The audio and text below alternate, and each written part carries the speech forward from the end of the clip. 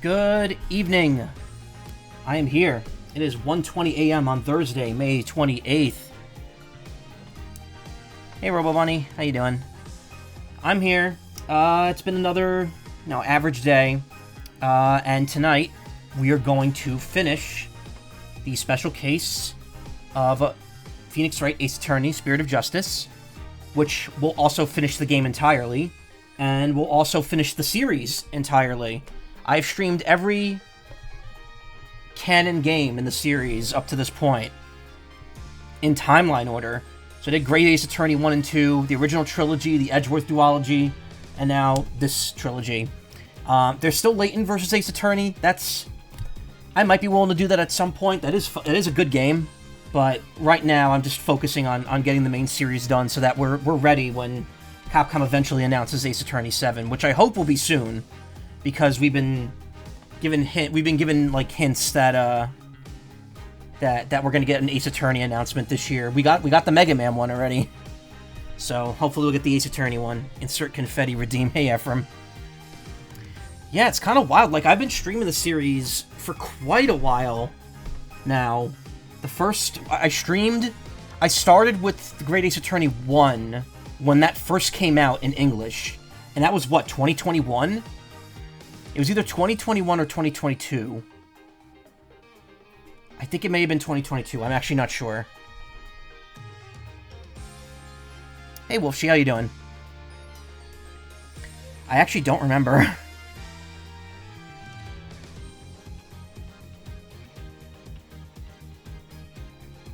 Let me see. I could check real quick. Great Ace Attorney Chronicles, Episode 1 was 2021. So I've been streaming this series for almost 5 years, because end of July 2021 was when Great Ace Attorney came out in America. So it's been almost a full 5 years to get to the end of the series, and that's pretty damn fun. It's been fun revisiting it. It was great getting to experience the Great Ace Attorney games, which I hadn't played. It was great playing the official release of the second Edgeworth game after playing the fan translation and stuff.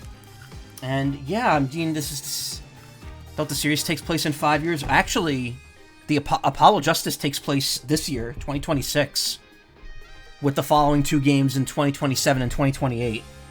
So it's very interesting. Like, we don't know where things are going to go from here if Capcom does a seventh one, which they will do. I don't doubt that it's going to happen at some point. But, that's something we're going to have to wait to find out. If I had to guess, we're going to hear about it in a Nintendo Direct before we hear about it anywhere else. Because the series has always been very Nintendo-centric. Like it is on PC, and it is it on PlayStation 4 and 5? I can't remember. But, for the most part, the series has been, mostly sticking to Nintendo's side. So, I can imagine an Ace Attorney 7 would probably be revealed on a Nintendo Direct, just like the previous collections all were. They did say they want to revive old IPs. Yeah, they said they specifically wanted to revive... They gave specific names. It was Devil May Cry, Ace Attorney, Mega Man. And then as soon as they said that, Mega Man Dual Override got announced. So, we're in it. Capcom is delivering. For my many problems with them, they are delivering right now. Anyway, I'm just going to check here real quick. Yep, okay, there's only 2 achievements missing, which I will get as soon as I beat this final case. So we are at the final day of this bonus case. See the Summer Game Fest for next Nintendo Direct. Yeah, I'm thinking we may see it next month, which I say next month. It's Monday. Monday is the 1st.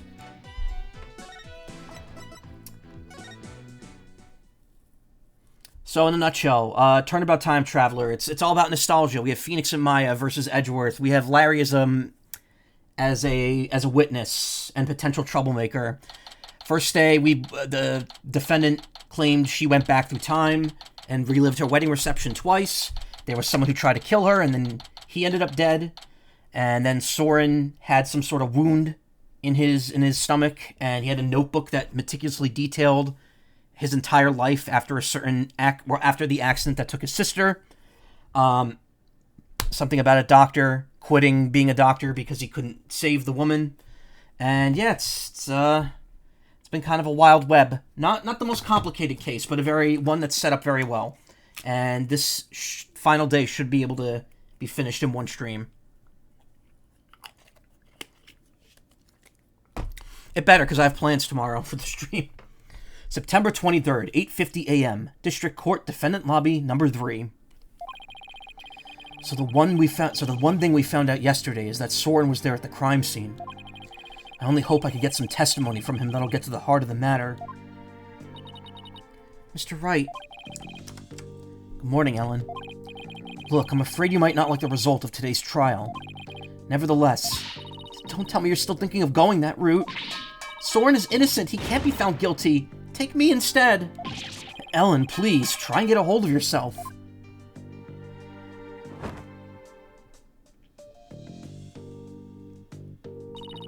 I believe in Soren with all my heart. So how dare you doubt him? Regardless of which one of them is found guilty today, it's going to be devastating for Ellen, isn't it? We'll just have to do everything we can. It's the best way we can do, you know? Trial's about to begin, Mr. Wright. Alright, let's go, Maya. Yeah.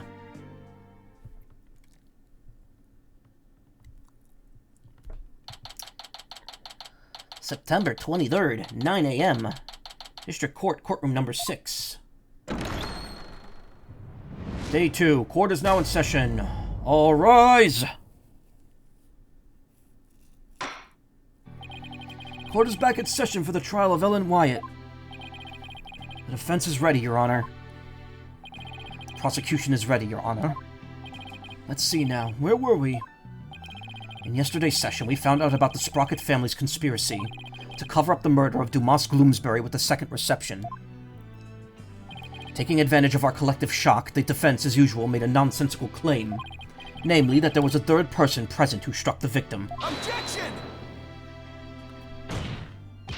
Hey, don't try to make it sound like I made it all up. The defendant herself made a statement about the existence of a third person, and further investigation has only proven her statement to be true. Then I presume the defense intends to focus on proving the identity of this third person. Is that all right with you, Mr. Edgeworth? Indeed, Your Honor.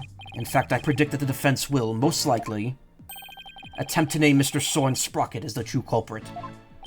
How did you... The driver during the accident that killed Mr. Sprocket's sister was the victim. Therefore, Mr. Sprocket had a motive to murder Mr. Gloomsbury. At least we're getting right to the heart of it. We don't have to dance around it and reveal it. That's what you plan to assert, is it not, Mr. Wright?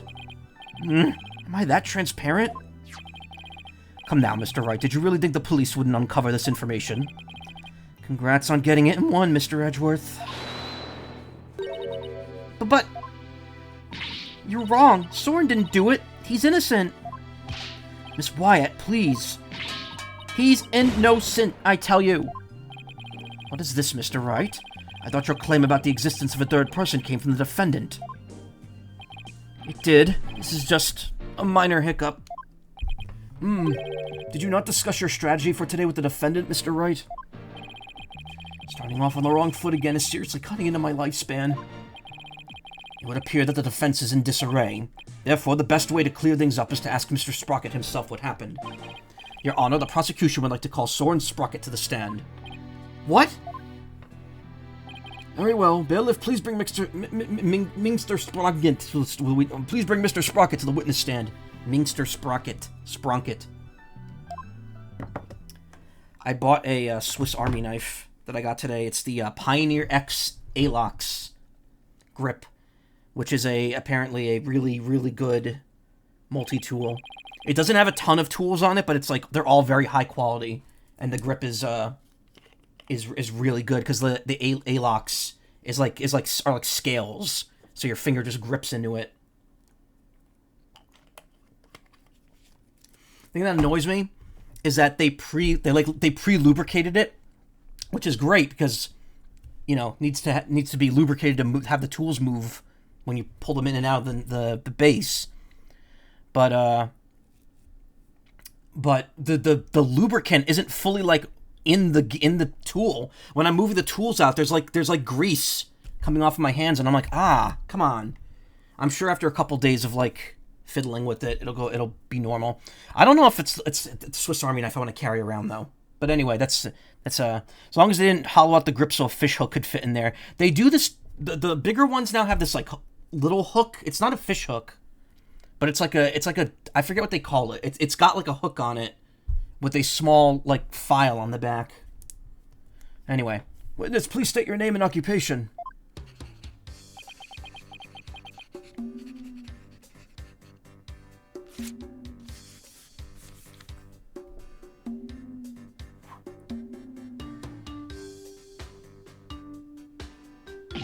Oh! There's something written on this paper airplane. Let's see. Soren Sprocket, Managing Director of Sprocket Aviation. Mr. Sprocket, please give your answers in words, not paper airplanes. The reason I thought of it right now is because of this pencil. Now then, Mr. Sprocket. Please tell the doubting lawyer over there what really happened at the time of the crime. Well, Mr. Sprocket?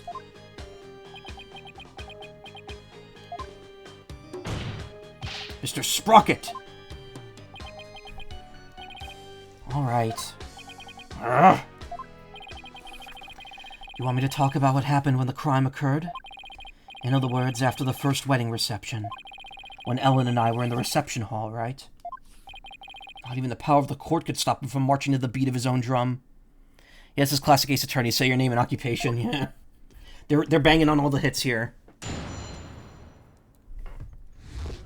What Soren remembers. I was stabbed by Dumas in the reception hall, and I collapsed to the floor. The next thing I saw was Ellen and Dumas on the Vista deck. I knew Ellen was in danger, so I headed for the Vista deck. But when I got there, Dumas was already... I don't want to believe it, but it must have been Ellen. Nothing else makes sense. Wait just a minute here. You actually think Miss Wyatt killed the victim? That's right. Dumas was killed by Ellen. What a dumbass. This is unbelievable. How could you suspect your bride, the woman you love? Objection!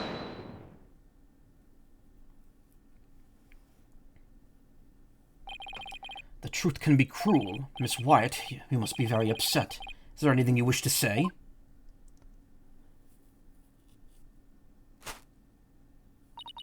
No. I can't believe this. Soren. I thought that at least you would believe in me. The best way now to show your love for your groom is to admit your guilt and try to atone. Soren. Hold it! Mr. Edgeworth, I haven't even cross-examined the witness yet. And quit picking on the clearly distraught. Yeah, that's so not cool, Mr. Edgeworth. A court is where we seek the truth. And the truth is unyielding, even to the truly pitiful. Remember I once told a woman that I don't care if she killed herself? Mr. Edgeworth, I find it distasteful to make a lady cry.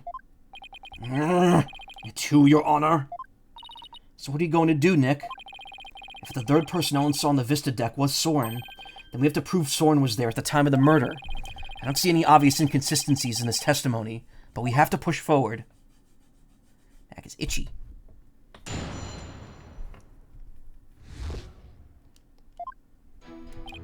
Hold it! Please tell me everything you can about when you got stabbed. After the reception, Ellen and I were enjoying a moment alone in the reception hall. Then Dumas appeared and stabbed me. He grabbed Ellen and the timekeeper and left the reception hall. Did Mr. Gloobsbury say anything at that time? I don't remember. After I was stabbed, I was immobilized by the pain. I see. Hold it! The Vista deck, huh? But it was nighttime then. Could you really see them in the darkness? The moon was out, so I could see them clearly. From the looks of it, Dumas was trying to push Ellen and the timekeeper off the side. So you saw the defendant, about to be thrown off the airship, you say? That's right. In such a desperate situation, it would only be natural for her to fight for her life. And the murder weapon was right there within her grasp. Ugh, this isn't going well at all. Gotta do something fast.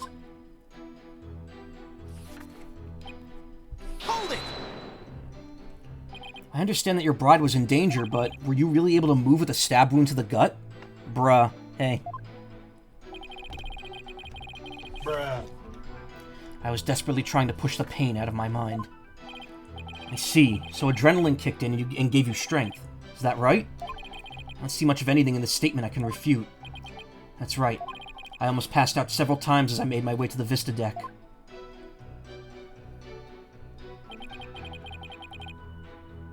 Hold it! Are you absolutely sure, Mr. Sprocket? It was gross and moist here today. It was pretty sunny here, but it started raining a little while ago. I don't know if it's still raining now. That by the time you got to the Vista deck, the murder had already been committed? The fan had to come out? My room always has to have the fan out. Yes. But the Vista deck is on the other side of the glass windows in the reception hall. Shouldn't you have been able to get there right away?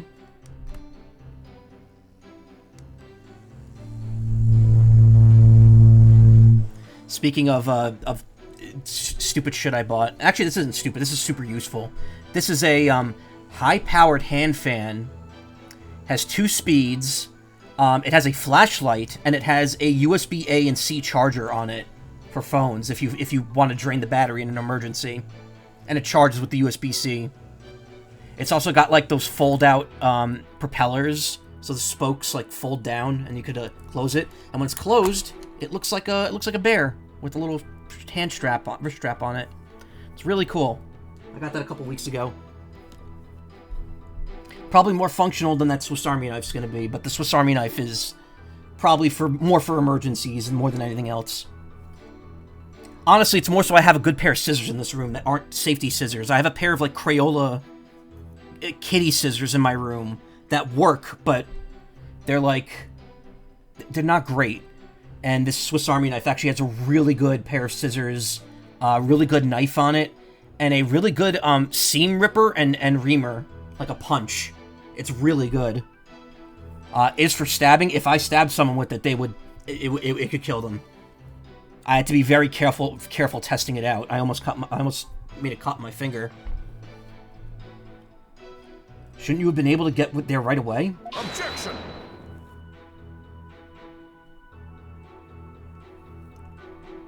Mr. Wright, have you investigated nothing? The only way to the Vista deck is to go to the hold and take the lift. Is it? I didn't know that. I thought that there was actually a door in the hall. No matter how much one hurries, it would take at least 10 minutes. Why would there not be like an emergency exit that goes out there? Ah, well that's unhelpful. But Soren had to have gotten there before the murder, or my claim won't stand. Do you have any ideas for me, Maya? It's definitely easier to prove that someone did go to the hole than not. I mean, you can't leave anything if you don't go someplace, right? Can't leave anything. Wait a minute. I think Maya's onto something here. Lack of a certain something actually proves that Soren didn't go to the hold. What's the matter? Are you stumped already? Hall ball for wall ball. No, I'm far from stumped, Mr. Edgeworth. I'm in love with you. I know for a fact that Mr. Sprocket didn't go to the hold. You and your paper-thin bluffs. Mr. Sprocket's bloodstain in the lift proves he went through the hold. So what possible proof could you have that he did not, in fact, go through there? You want proof? You got it. Just unzips his pants. You could do this, Phoenix. There's got to be proof that Soren didn't go through the hold. Well, Mr. Wright? This proves that Mr. Sprocket didn't go through the hold.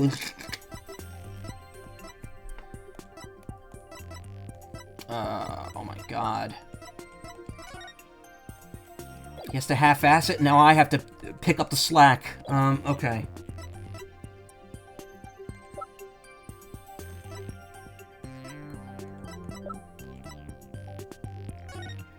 He didn't go through the hold entry.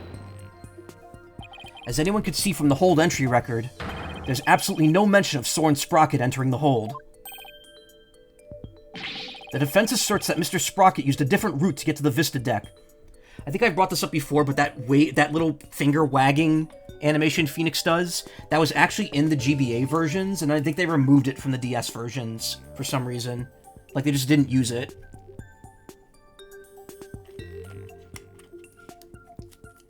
And then when the series went 3D, they brought it back.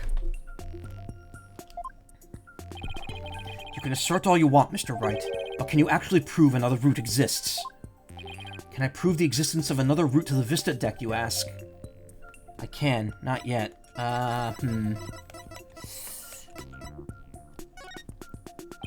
Well, now that I really think about it, I guess it's going to be hard to prove. But I can't back down now. The trial will be over if I do. There's only one thing I could do at a time like this. Lie my ass off. I can prove it. Even if it's just a bluff, I have to present something. Anything that could prove the existence of a faster route to the Vista deck. Very well then, Mr. Wright. Show us how Mr. Sprocket got to the Vista deck. Mr. Sprocket made for the Vista deck through here. I mean, when they show you the layout like this, it's very obvious because we know about the door that goes right outside. Saw Tomodachi Dojin, and it's about Hugh Morris. I'm so friggin' done. So, I made Hugh Morris in my Tomodachi Island, but I don't have the Jester outfit yet. So I have him, like, locked away, isolated, on a small, tiny island with barbed wire around it, until I can finish his creation. Take that! I also didn't make his face paint yet, so I put a clown mask on him. Yeah, Clown Island.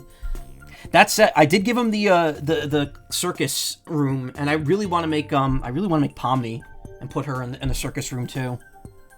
To save his bride from danger, Mr. Sprocket opened the escape hatch and made his way out the outside wall to the Vista deck. Isn't that right, Mr. Sprocket?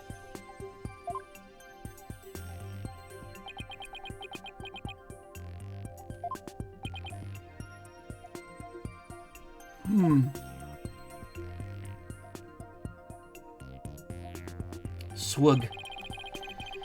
That would certainly be a much faster route to the Vista deck. Objection!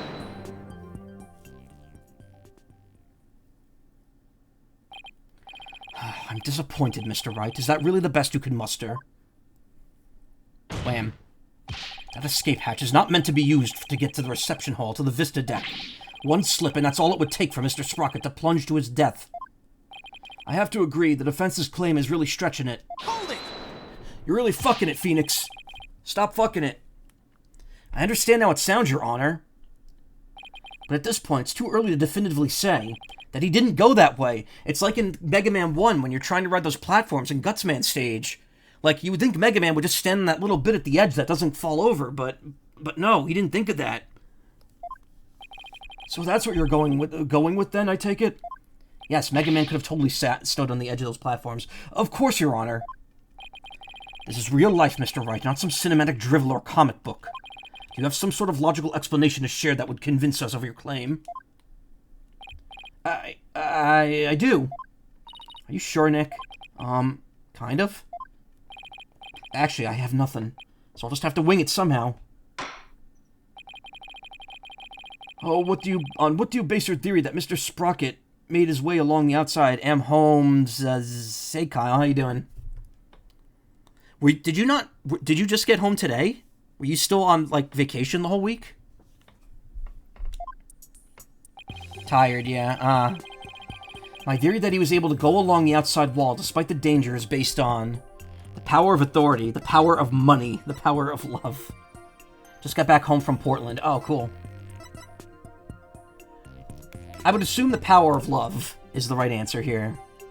You know what, though? I kind of want to just... I know I've seen these bad answers before because Ephraim recorded all of them, but I do want to... I do want to see these. Power of money. The power of money. Mr. Sprocket used the clout of currency to move along that wall. After all, you can make anything in this world move with money. Mr. Sprocket's a rich man, so he simply threw his money around to make it happen. That was kind of a bogus thing to say, Nick. Huh? I sense you have something against the wealthy. Truly a remark that reflects the meager state of your soul and your piggy bank. I don't think money could have helped Mr. Sprocket in this situation. What's more, I suggest you work on enriching your own spirit, Mr. Wright. Yeah. Well, I still stand by what I said. Power of authority. A man of Mr. Sprocket's considerable authority could easily move along that wall. I bet his men had ropes and cushions at the ready in case he fell. Objection! And these men you speak of, where in the world would they have come from? Well, they'd pop up at the snap of Mr. Sprocket's fingers. I have no idea what you're trying to say, Mr. Wright. Were Mr. Sprocket a man of such great power and influence, why would he voluntarily put himself in harm's way? That's a very good question, Your Honor. A question you should have asked yourself from the start, Mr. Wright. Men who appear at the snap of your fingers. Judge might not appreciate it, but I do. Thanks, Maya. Guess she's trying to cheer me up. Okay, I have to get it right this time.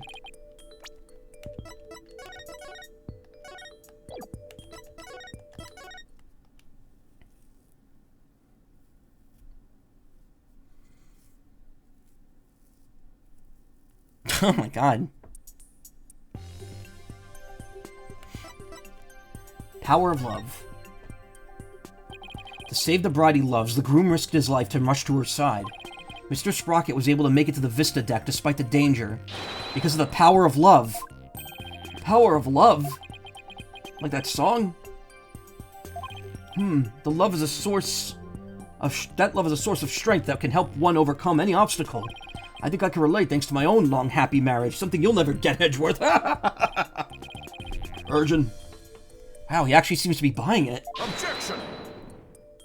Here comes Grumpy Guts. The power of love, you say? That kind of a logical argument is hardly viable in a court of law. Wouldn't you agree, Your Honor? Nope. I'm afraid not, Mr. Edgeworth. You should never underestimate the power of love. You'll understand one day when you get married, which I won't. He really does not want to get married for some reason. Yeah, Furlandia, I think, was in Portland, Oregon.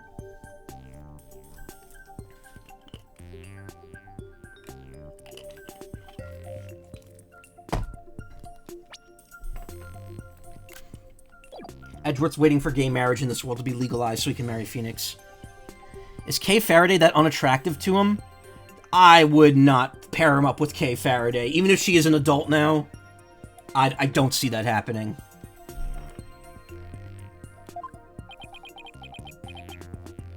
Realistically, I would have loved for Phoenix to get back with Iris. I would have loved to see what she's doing 8 years later, but apparently Phoenix just doesn't talk to her anymore, I guess. Exactly what is so wrong to wish... Exactly what is so wrong with wishing to remain unwed? Way to set him off, Your Honor. Never mind all this unscientific nonsense. Are you aware, Mr. Wright, that at the time of the crime... there was a huge propeller turning at full speed between the hatch and the Vista deck? Even if a person were to go outside through the hatch... yeah. They'd be blown away in an instant. Ah! Where does your power of love get you now, Mr. Wright? Maybe Edgeworth's like canonically asexual, and they just haven't said that. Games can be really weird about that. A huge spinning propeller, you say? In that case, I have to admit it does seem impossible. Ugh, should have known. I guess Old Bag was that traumatizing. Speaking of, where is she? Some flashback? Not gonna lie, I was wondering about her as well. I don't know. I mean, we know she was okay at the end. The last time we saw her was at the end of the second Edgeworth game, right? Was she in the second Edgeworth game? She was she was in the first Edgeworth game, as in the Blue Badger or in the Pink Badger and the Steel Samurai costumes. Yeah, I don't know. Her age wasn't listed. That's the thing. Like, you never knew how old she actually was. I don't know if she was in Investigations too, actually. That also only took place a week later, so maybe she had a heart attack. God, that would be awful. Ah, should have known. Nick, you can't make that kind of face in front of your client. Worst of times are when lawyers have to force their biggest smiles. Right? Right. I feel like I just saw Mia looking out at me through Maya's eyes. Well, what's wrong, Nick? Why are you gaping at me like a giant sunfish? Thank you, Maya. You just helped me remember something really important. Here it is. There's that fearless smile I was looking for. Now give us a mind-blowing theory, just like you always do. I have to turn my thinking around. Instead of wondering how Soren could have moved past that huge propeller, I have to think about what would have made it possible for him to do so. Your Honor, Mr. Wright... I completely skipped over my words there. Mr. Wright only makes that ridiculous face when his back is pressed against the wall. Therefore, please do hurry and give your ruling before... Mr. Edgeworth, it's still far too early to discount my theory. What are you talking about? This airship's large, spinning propellers have already shredded it to pieces.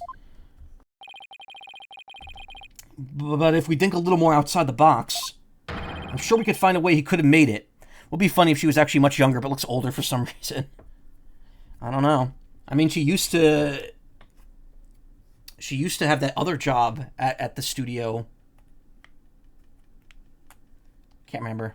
Stop trying to stall, Mr. Wright, and show us how it could have been possible, even remotely, if at all. Must agree with Mr. Edgeworth. Very well, Your Honor. Must have been a way. Some way that Soren could have moved along the wall in spite of the propeller. Now then, Mr. Wright, what specifically would have made it possible?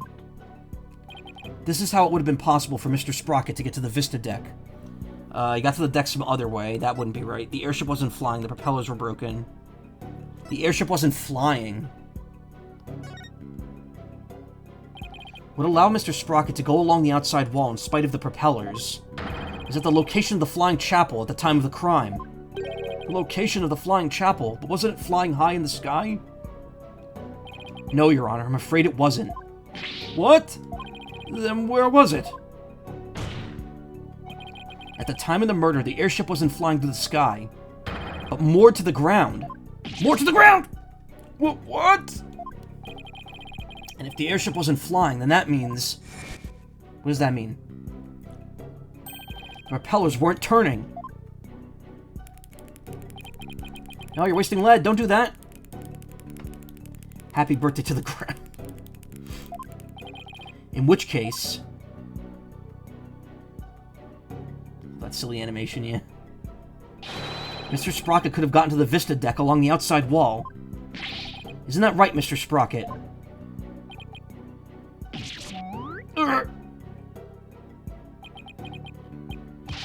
I don't remember. How he stabbed himself with his pencil. That's gonna leave a mark. Objection! Even if the propellers weren't turning, it would have been far too risky to go that way. Ah, but Mr. Edgeworth, you're forgetting about the power of love. Yes, the amazing power of love. Not this again! Very well, for the sake of argument, let's assume this so-called power of love made it possible for Mr. Sprocket to move alongside the outside of the airship. Alongside the outside? Can you prove that the airship was tied to the ground as you claim, Mr. Wright? Well, I don't have any evidence that proves where the airship was at the time. You could prove it, can't you? Maya, can you think of anything we could use to prove it? I can't say I can. Oh, wait! Didn't somebody see something outside the window at the time of the crime? I think I remember someone saying as much. Do I have a piece of evidence that shows what was outside the airship? Well, what are you waiting for? This piece of evidence shows what was outside the airship at the time of the crime. It's Larry's drawing, but what is that?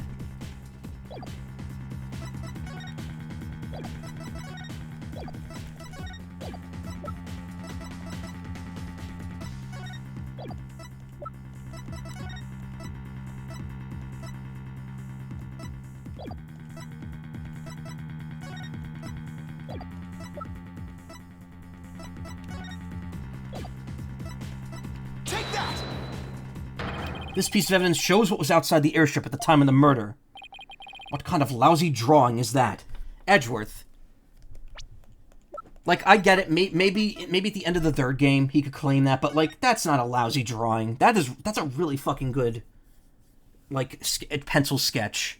In color, no less. I remember, like, when you see Larry's, practice drawings and investigations too of the ladies, and they're all actually like really good. Oh, you got a ruined meal in Tomodachi? Nice. Don't give it to anyone. Everyone hates it. Same with the spoiled milk. It's a drawing made by Larry Butts. And what can you prove with that poor attempt at artistry? Larry made this drawing before he switched to lanterns, so it must have been right around when the murder was being committed. Now, if I could direct the court's attention here... Is that a pterodactyl? Does that mean the airship actually went back in time to the Cretaceous period? Objection! We've already proven that time travel is nothing more than a gimmick, did we not? We did, and I have no intention of bringing up that argument again. But this drawing shows us an important piece of information. It shows us that the airship was actually moored on the ground. And what makes you so sure? That's easy. All you have to do is consider who made the drawing.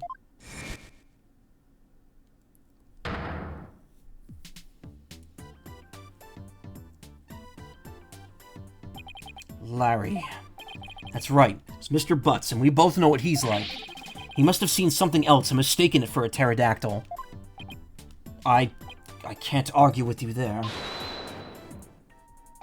Hey, just wait one doggone second here. What kind of moron do you guys take me for? I saw it with my own eyes. A pterodactyl flew right by the window, I tell ya.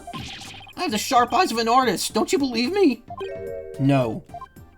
Nick. Nope. Some friends you guys are. What about the judge? You believe me, right, Your Honor? I'm sorry, but I'm afraid you need to leave this courtroom. Bailiff, if you would. Come on, buddy, let's go. Why does anybody believe me? Don't take it personally, Larry. I know you're just being, well, you. Now then, so you're saying that what Mr. Butts really saw bears some relation to what was outside the airship at the time of the murder? There are 3 bad foods I have found in Tomodachi Life so far. The ruined meal, the spoiled milk, and moldy bread. I don't know if there's any dessert items or candy items or whatever's in the the Fort Slots handmade items. I don't know if there's any dessert items that are disgusting. Yes, Your Honor. At least I think it does. What this pterodactyl really is will prove that the airship was anchored at the mooring dock. It had better, anyway. If it doesn't, my whole argument's a bust. If you're that confident about it, then please go ahead and tell us what it really was. Yes, Your Honor. We have to get moldy blood or spoiled milk, but I have gotten a grapefruit, and holy shit, I only have one so far that's okay with it. Oh, it's your version of my tacos that no one likes. Think, Phoenix, what could have the pterodactyl actually been? Ah, it's the sign. It was the piece of the sign flying because of the wind. Take that! I actually didn't remember that. Please take a good look at this sign. At the sign? It appears to have been broken and then repaired. But what does this sign have to do with the pterodactyl? Please focus on this part of the sign. The part that broke off and got reattached. What about it? How about if we turn it like this? Flip it turnways. Rainbow Museum, Rainbow Tower, Airship Square, Forest of Serenity. Why is that a location? And then there's like 4 rest areas, as well as a Ferris wheel.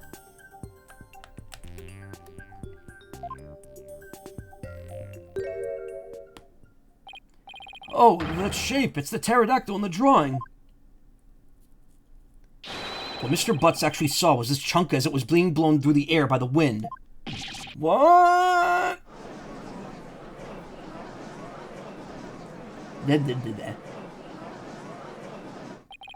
On the day of the murder, there were some heavy winds in the area of the mooring dock.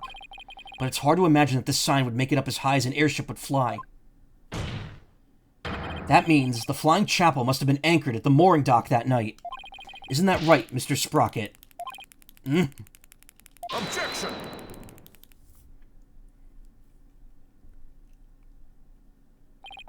That's more than enough of this power of love nonsense, you pop culture junkie. Present all the proof you want, but your argument is based far too much in conjecture. Why don't we return to reality now? What do you mean, too much conjecture? Even if the airship wasn't flying, that alone doesn't prove the witness went along the wall. True, even now it's no more than a possibility. Then how do you propose Mr. Sprocket got to the Vista deck, Mr. Edgeworth? I noticed something as I went over the evidence. Please take a look at this hold entry record. What about it? I don't see Mr. Sprocket listed on here anywhere. Don't you remember? In yesterday's session, we had a very similar kind of argument. Did we? Honestly, Mr. Wright, are you going senile already? We talked about Larry Butts using the defendant's key card to enter the hold. Oh, we did talk about that, didn't we? In other words, even if a person's name isn't on the entry record, it's still possible for that person to have entered by using someone else's card. Mr. Sprocket, you entered the hold with Mr. Nicody, didn't you?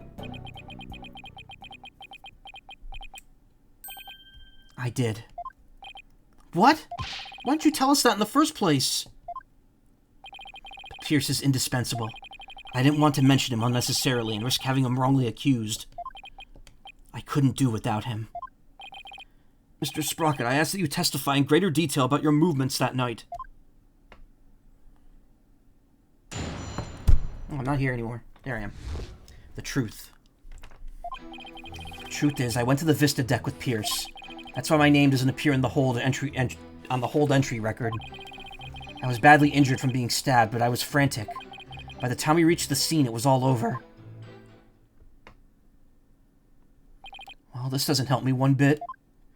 Mr. Sprocket, you've concealed information from us time and time again.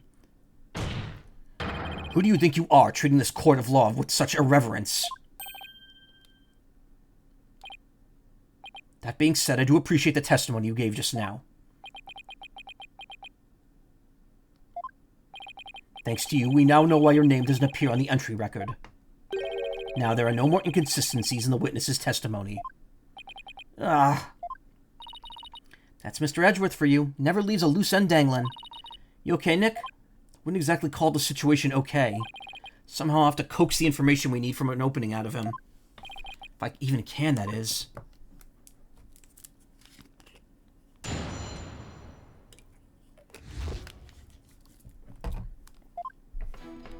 Hold it!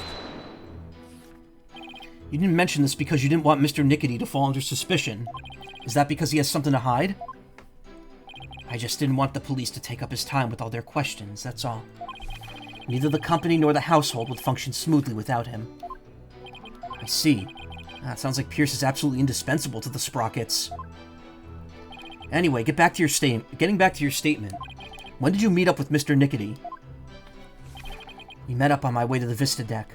I think Pierce and some of my relatives were on another floor. But Pierce heard the commotion and came running to my aid. Could have heard the pandemonium all the way from another floor?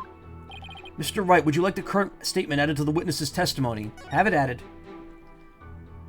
Yes, please, Your Honor. Very well.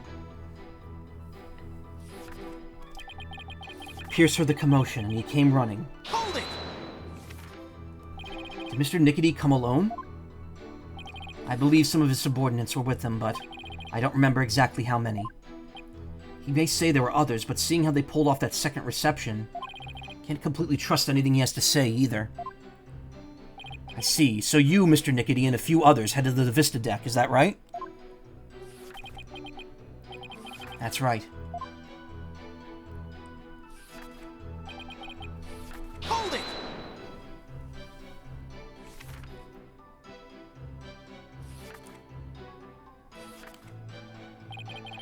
That was weird. It, like, waited for me to press the A button to move that. Your name doesn't appear in the hold entry record because you entered with Mr. Nicody using his key card? That's right. So I guess the hold entry record doesn't matter as much as we thought. But now that Soren's saying he was with Pierce and a few others, it's pretty tough to refute that statement. What's the matter, Mr. Wright? Cat got your tongue? Did you finally realize there's no point in continuing this trial any longer? Of course not! Oh, wipe that smug look off your face. Mr. Sprocket, please continue with your testimony. Hold it! Let me do that again. Okay, that time it went on its own. That's weird. That first time I did that, it got stuck on that animation until I pressed a button.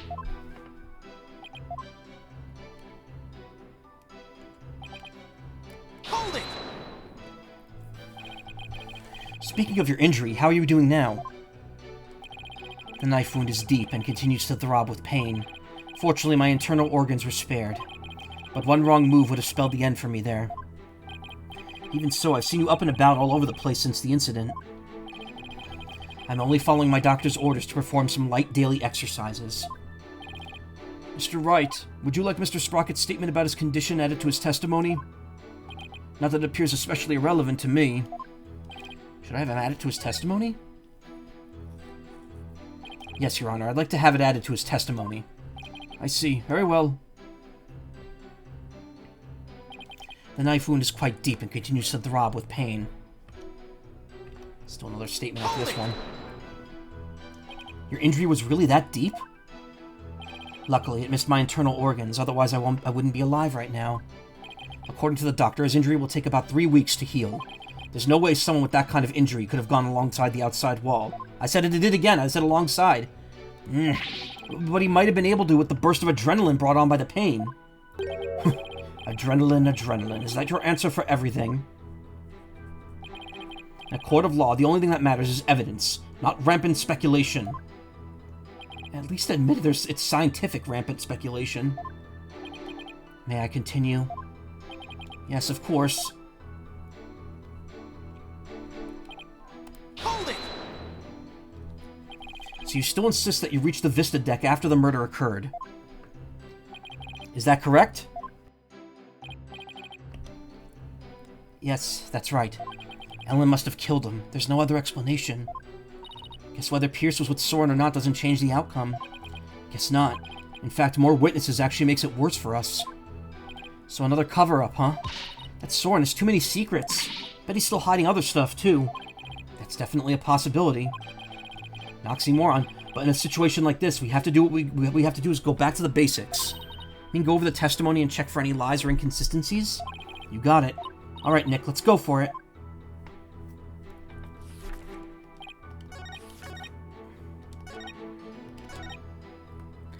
Knife wound is quite deep and can use to throb with pain. Wait.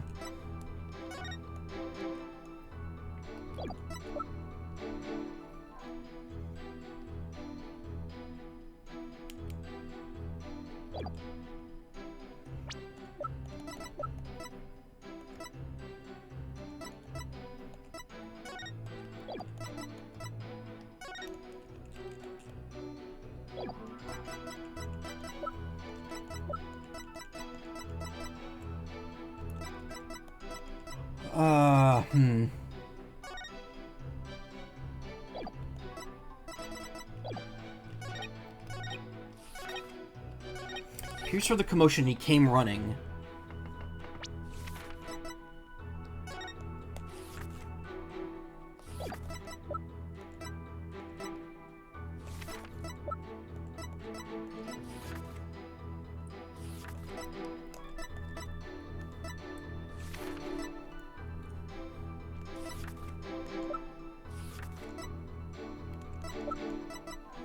I don't know.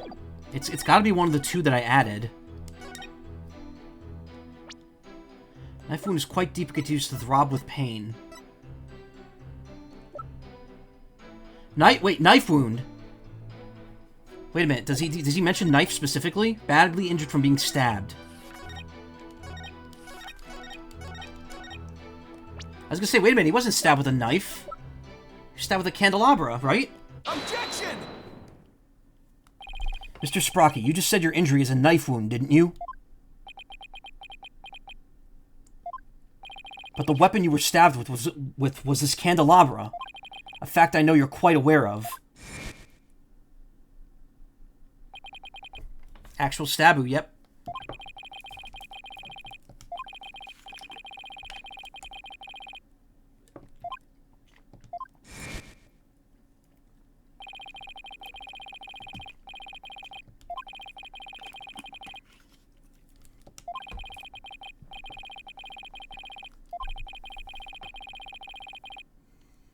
Okay, so Pierce straight up said that Soren knew about that. Also, for the thumbnail for the last part, I made it this image, and I put the I put like an image still of the GIF of Markiplier doing the jump punch next to it. Pretty funny. Objection! It must have been a simple memory slip that made him misspeak. It happens to everyone. Has nothing to do with the case. You must be pretty desperate to point out something so minute. Huh? Have to agree, Mr. Wright. Pretty weak shit. You hardly need to make such a big deal over such a small mistake. But I contend that it's an important inconsistency. Besides, I couldn't find anything else. This is the only thing I have to go after. And I say it's not important. Now let's not waste any more time on this matter. I agree. Everybody has a little memory lapse every now and then. Hold it! In the outstretched hand, I put the logo of the game. So it looks like he's reaching for the logo. But Your Honor, please let me explain.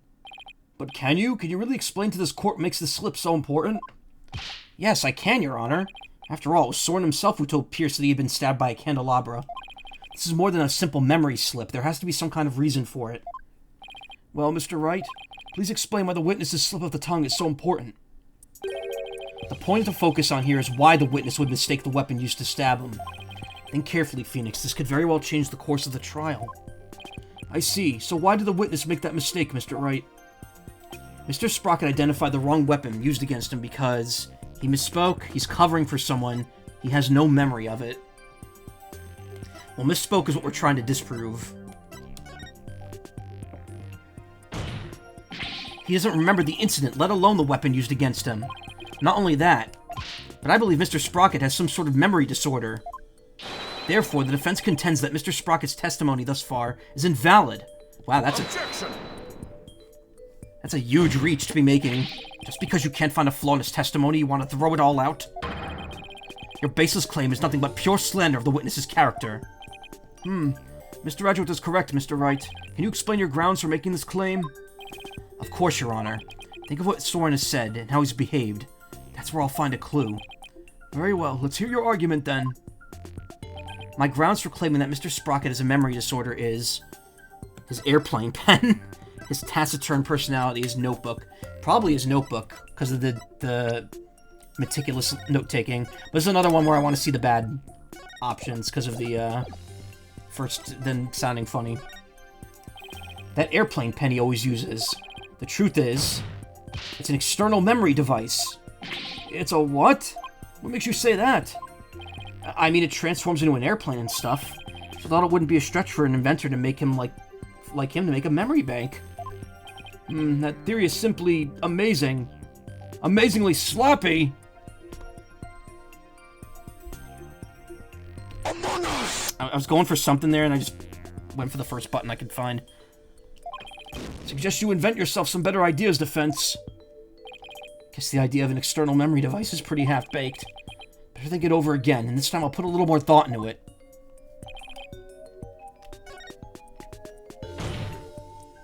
His taciturn personality. May seem standoffish, but in reality, he's desperately trying to memorize everything that's happening. Objection! So anyone who's quiet and standoffish can be accused of having a memory disorder. Do the guard at the detention center count? Do the guard at the detention center or the bailiff here have memory disorders too? No. Those grounds are nowhere near sufficient to make such a claim, Mr. Wright. Perhaps you should take a cue from the witness and speak less frequently instead. Have to come up with a more convincing argument.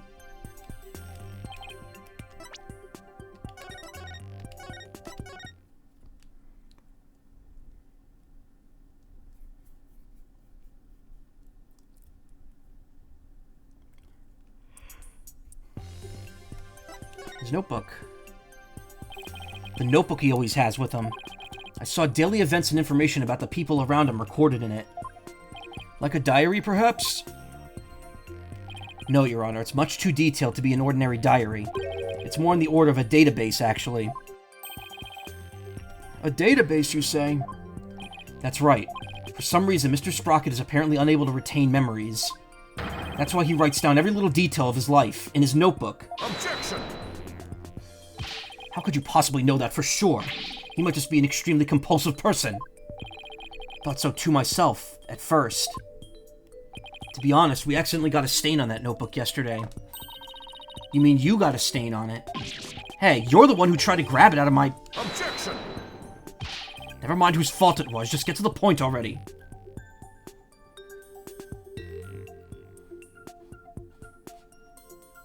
I just realized it's just one more month. A month and half a week till Anthrocon. I'm very excited. I just got my days off approved for it.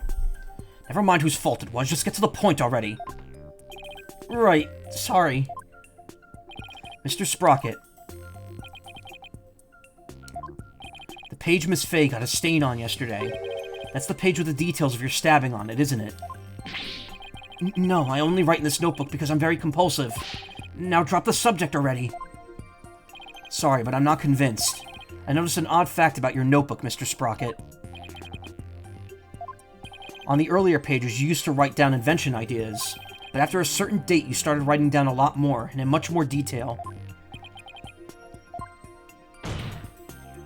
I believe your memory disorder stems from what happened on that date. Something so monumental it caused a memory disorder, Mr. Wright? You don't know what you're talking about. Sorry, but I do know what I'm talking about, and this is the proof. This is the thing that caused Mr. Sprocket's memory disorder. Take that! You were involved in this car accident too, weren't you, Mr. Sprocket? And the shock of losing your beloved older sister is what caused you to develop your memory disorder. Is this true, Mr. Sprocket?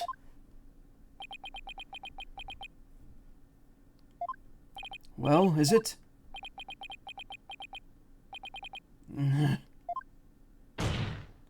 Mr. Sprocket! It's true. That accident did something to my mind. What? Ever since that day, every time I go to sleep, I lose my memories. And when I wake up, the most recent thing I can remember is the day I lost my sister. It's as if I'm constantly going back in time. What? That's truly tragic. An inconsolable time traveler who goes back in time whenever he goes to sleep.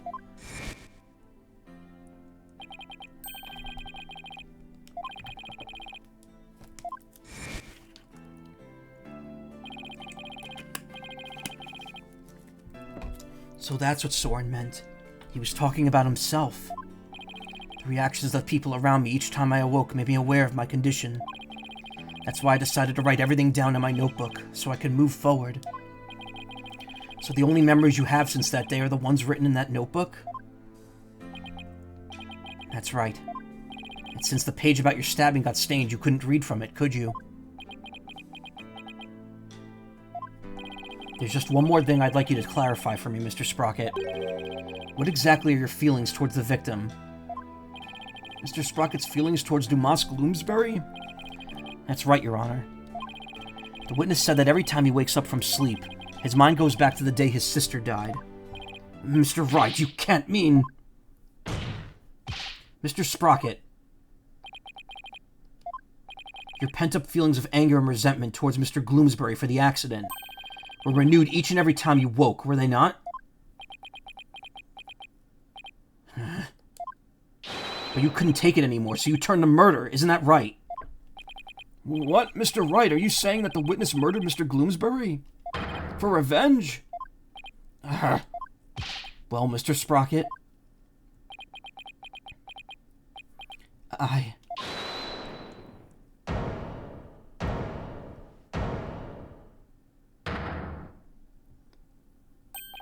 Miss Wyatt. Your Honor, I did it. I killed Mr. Gloomsbury. No! What?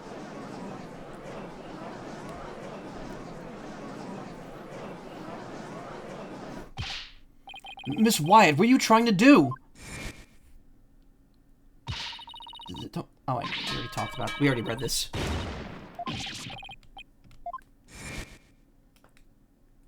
This dummy, guess she really meant it. Soren didn't do anything wrong. I'm the one who should be convicted. Are we to understand that you're confessing your guilt?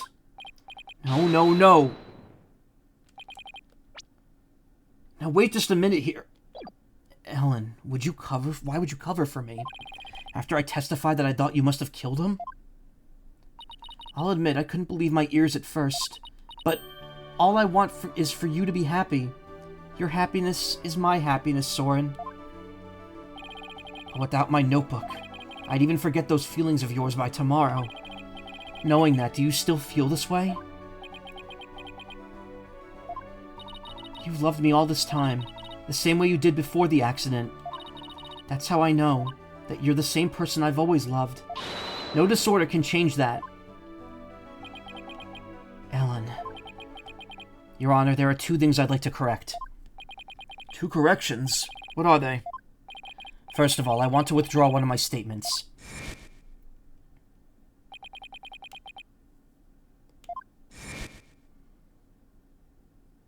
Without memories to rely on, I took the police completely at their word. You can't be serious. So that means Soren never really doubted Ellen in the first place, did he, Nick? Ellen really does love Soren with all her heart. But in order to save her, I'll still have to go after Soren. I hope you could forgive me, Ellen. And what is your other correction, Mr. Sprocket?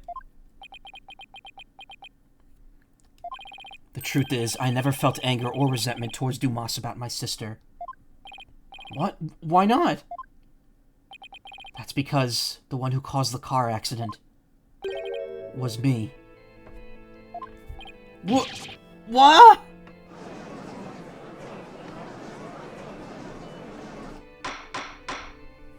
Order! Order in the court! Please continue, Mr. Sprocket. I'm the one who killed my sister. To protect my career and my future, my father made Dumas take the blame, in exchange for the money and position of lead servant. A clipping of a newspaper article about Selena Sprocket's car accident. Soren was actually the one driving.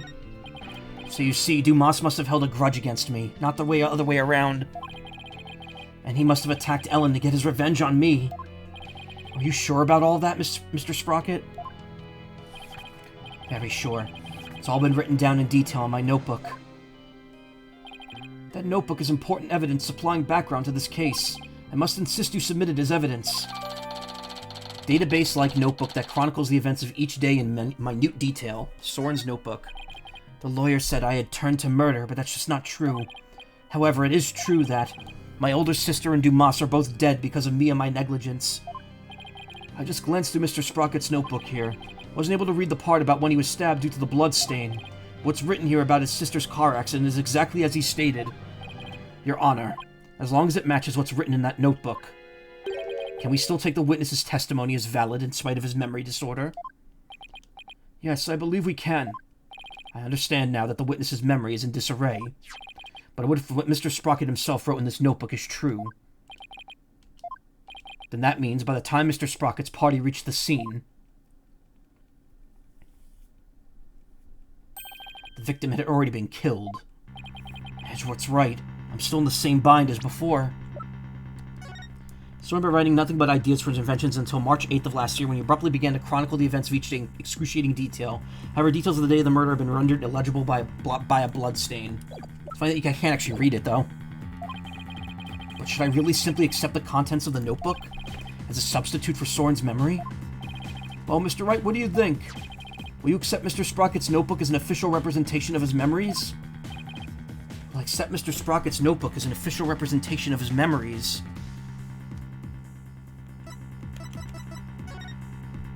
Wait a minute, Your Honor. Pages could be removed. Fake pages could be made. I mean, we had a whole case. We had a whole 7 years to think about fake diary pages. The defense requests a chance to examine the notebook to see if it's trustworthy. Very well, but be quick about it. Thank you, Your Honor. So how should we examine it? Well, we should look at it from different angles to see if anything's suspicious.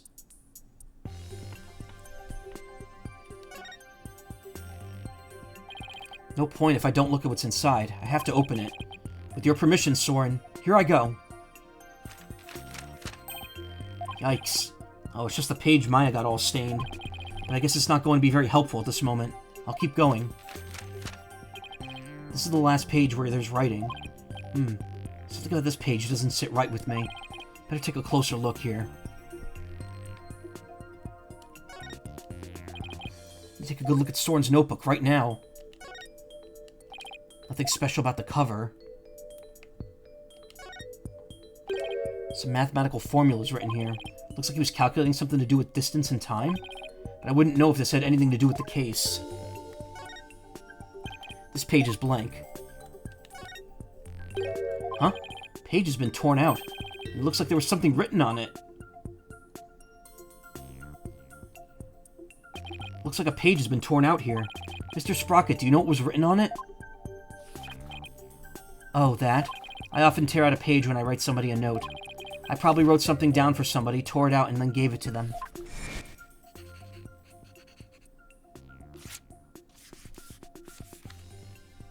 Notice that he writes on the right page, but then he tears out the left in the animation.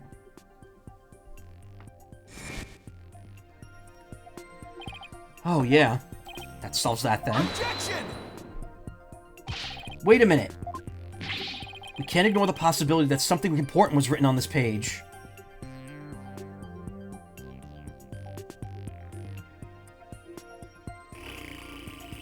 Sorry, I'm reading a message I was sent. Sent. Jesus. But now that that page has been torn out, how can we determine what was written there? Well... let's see. To find out what was written in the notebook, we should hold it up to the light, heat it with a lighter. Use fingerprint powder, you dummy. If we use fingerprint powder in the notebook, we might be able to see what was written. Fingerprint powder? How would that help us find what was written there?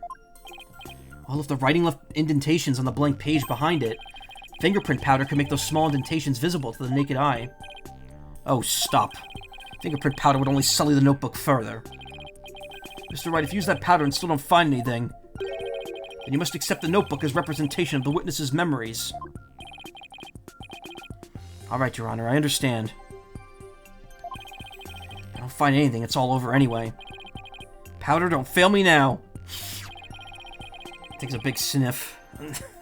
Sorry. I will now use the fingerprint powder on that blank page. Magical powder go, yeah. To find out if we could see what was written on the torn out page. All around me are torn out pages. Worn out lages. First I'll apply some fingerprint powder to these pages with A. When I've dusted enough powder on, I'll use blow with X. To blow away the excess powder, something should appear. Should switch to analyze mode with L. Point to what came up and then confirm with A, my choice. Again, you could do this DLC case at any point, so they have to throw the tutorial in. Below with X, yeah.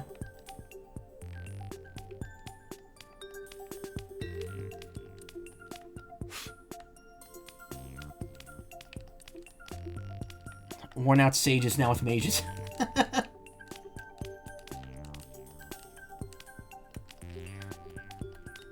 See, I expect that from Ephraim, because it sounds like a Fire Emblem joke. Have I never streamed a... I've never streamed a Fire Emblem game, have I? Come to think of it, I've never really streamed, I never really, streamed a strategy RPG in general, except for Digimon, which I never finished.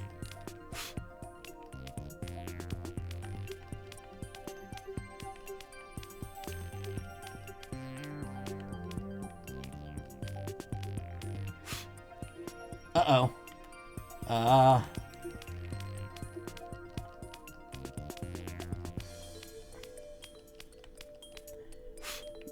Wait, there's more. What is this? What is this? No, nothing about Fire Emblem, TBH. You know, for as much as I enjoy the series, I've only played a few games in it. I played the 2 GBA games that were brought to America, and I've played Awakening.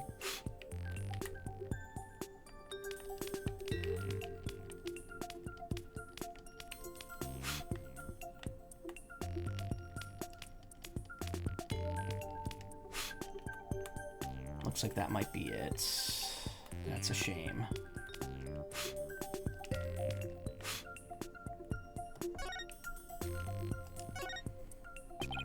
Looks like I didn't get quite enough fingerprint powder on the page. Oh, fucking hell, man.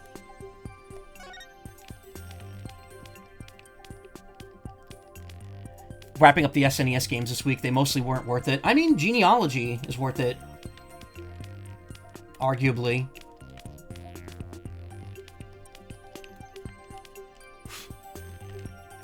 Everyone's saying Thracia is going to be the next remake that they eventually do for Fire Emblem, which I would say definitely do that because people want it. Dude, come on. You can read what it says. mean, FE4, yeah.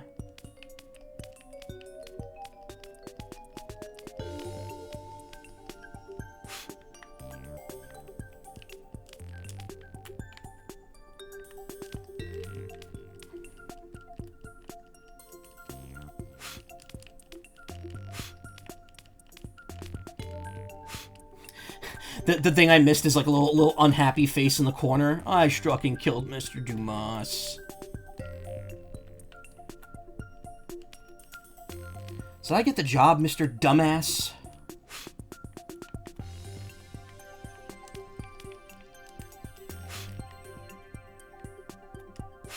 Oh, there's powder on the back. What the fuck?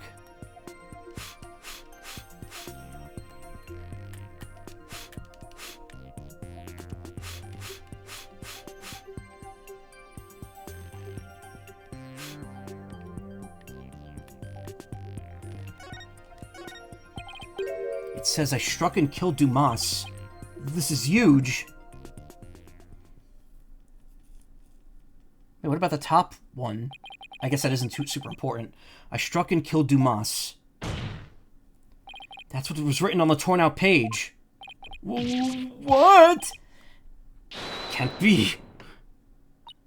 I don't believe it. There has to be some kind of mistake. F it, I guess, yeah. Soren would never... could never... Miss Wyatt! Bailiff, please get the defendant to the infirmary at once.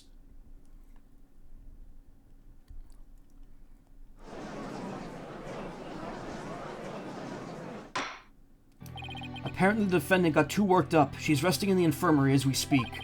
Now then, please continue, Mr. Wright. Yes, Your Honor. The notebook is all Mr. Sprocket has to remember things by. With this critical page torn out, not even Mr. Sprocket himself knew the truth of what he'd done. What he had done. What he have done. I'm the one who killed Dumas? So it wasn't Ellen. Oh, thank goodness. Mr. Sprocket, does this mean you were at the crime scene during the murder after all? I guess I must have been. One of the pages has been torn out. But Mr. Sprocket, can we really believe what's written in this notebook? Nobody touches this notebook but me. And when I sleep, it's under lock and key. I don't remember writing that I killed Dumas, but I guess I must have. Well, now that we have a confession, I'm afraid I must render my verdict. Avalda. Yes, Your Honor. Please give your ruling now while Ellen is asleep. I want the woman I love to be set free as soon as possible. Someone really does love Ellen after all, doesn't he? Yeah. So this is how it ends. But is that how it really went down? Is there really no way for both of them to be happy? I know we should consider anything written in the notebook to be the truth, but still. I myself wrote of the crime in my notebook. No further proof is necessary. Soren himself wrote it in his notebook? Wait a minute. Very well. I will now give my verdict. Ellen is about to be found not guilty, and Soren will be convicted for the crime instead. And yet, am I really ready for the judge to give his ruling? No, of course not. Douche. No, not when there's still one more avenue left to explore. This court finds the defendant, Ellen Wyatt... Hold it! Your Honor, there's still something that bothers me about that notebook. Oh, is there? What are you doing, Mr. Wright? All you have to do is keep quiet, and your client's a free woman. I know, but I think there might be more to this case than meets the eye. I'm not quite sure yet, but I think there might still be a way. A way for Ellen and Soren to be happy. What do you mean by more than meets the eye, Mr. Wright? I believe the question here, Your Honor, should be, why was the incriminating page torn out in the first place? Why to destroy the evidence, I would imagine. But removing it from the notebook is the same as removing it from Mr. Sprocket's memory, which means he wouldn't have been able to trick the police if he had come under suspicion. No, if he wanted to cover his crime, he would have to remember that he had done it. Just what are you getting at with this line of inquiry, Mr. Wright? Yes, please explain it so that we can all understand. Yes, Your Honor. The page was torn out of the notebook because he wanted to forget what happened. It was torn out by accident. Somebody else tore it out.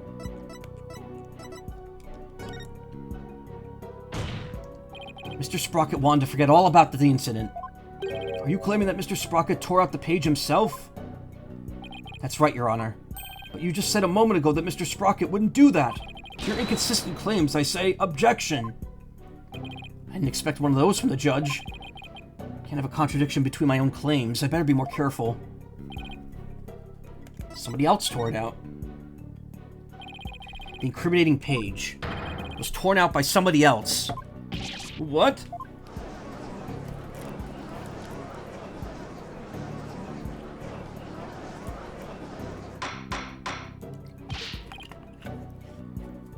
Order! Order! Are you claiming a third person interfered with the notebook? It's not all that surprising if you consider what's happened up until now. After both the car accident and the murder of Dumas Gloomsbury, there was always a cover-up not far behind.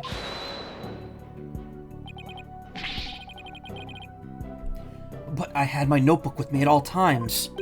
Did you? Because I remember you were in a panic yesterday because you couldn't find it. That's true. So who orchestrated this particular cover-up, Mr. Wright?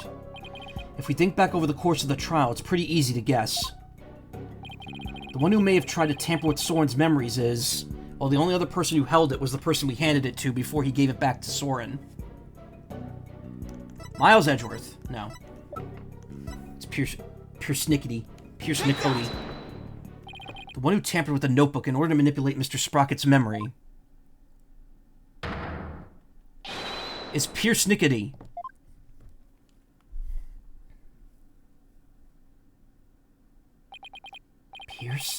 Pierce tried to tamper with my memories? Pierce was manipulating me? Case in point, the two receptions that were held to cover up the murder. It was Mr. Nickety who directed the guests and orchestrated the entire scheme. No, it can't be. Which of my memories are mine and which have been rewritten? When did he start rewriting my memories? Who wrote this, and this, and this, and this, and this, and this, and this? Ah!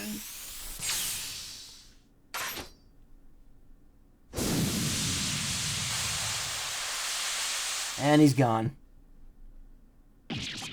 He literally took off. Ah! What?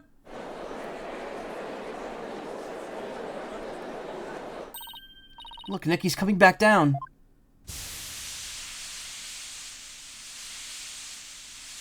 Went straight into Chain of Memories territory. He ascended. And we have liftoff. My memories. Ellen. Mr. Sprocket! Bailiff, please get Mr. Sprocket to the infirmary on the double. Wow. Two infirmary visits in the same 10 minutes. Why am I not on screen? Oh, because of the fingerprint powder. Mr. Sprocket has been taken to the infirmary. We don't have to worry about him running away, so let us resume where we left off. Your Honor, the defense would like to call Pierce Nickety to the stand. Objection! Fuck you. We already know he carried up the cover-up to protect the company and Mr. Sprocket. What more do you want from him? This time it's different. The notebook, or rather Mr. Sprocket's memories, have been tampered with. That means the only person who knows the whole truth is now Mr. Nickety. Don't tell me, are you actually trying to drum up a third suspect? In order to exonerate the defendant and her groom? I'm not drumming up anything, nor do I have grounds to accuse him of anything. Yet. All I know is that Mr. Nickety is the only one who knows the truth. And I think he's still hiding something. Something we don't know about yet. No grounds yet, is it? Well, Mr. Edgeworth, does the prosecution consent to calling the witness to the stand? It does, Your Honor. However, I would like a little time to talk with the witness before we do. Very well. We will break for a 20-minute recess. Go outside and play. To be continued. I think this is the final to be continued of the game. Yeah.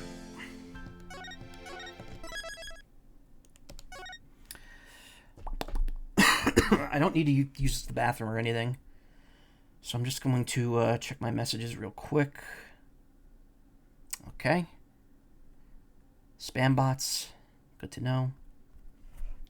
I think I mentioned this earlier, but I bought Ball Pit today.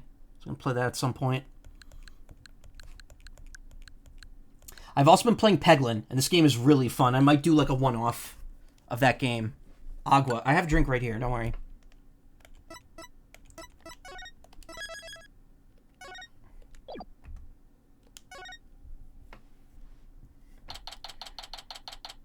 September 23rd. District Court. Defendant Lobby number 3. Now we'll have to face Pierce on the stand. Not sure if I should be surprised or not. One thing's for sure. He won't be an easy adversary. So, do you think Pierce did it? It's too early to say anything at this point. But I do think he's still hiding something. Nick! Why didn't you pin everything on Soren Loser back there? Looks like Larry still hasn't given up on Ellen. If this Pierce guy's the real bad guy, then Soren and my Ellie will live happily ever after, together! My heart, I loved her. Bleh. Larry, that's not the kind of thing a decent human being says. Shame on you, Larry. Oh, boo-hoo, you think I don't know? I know I have to give up on my Ellie. But Nick, I promise you'll make her happy. She deserves a happily ever after. I'm sure Soren will make her happy once all this is said and done. Trial's about to resume, Mr. Wright. Alright, you ready, Maya? Yep, let's go. I'll be rooting for you, Nick.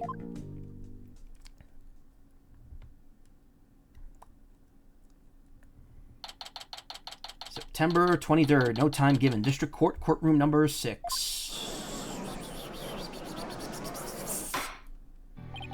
Court is now back in session. Witness, please take the stand.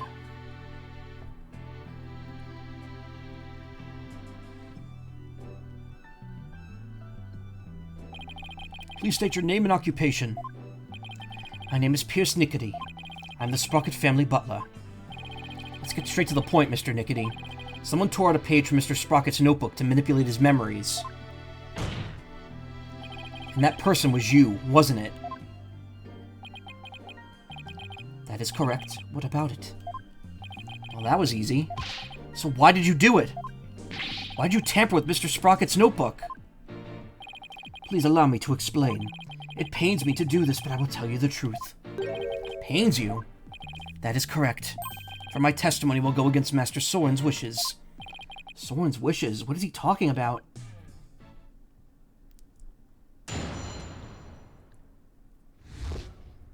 Why, I tore out the page.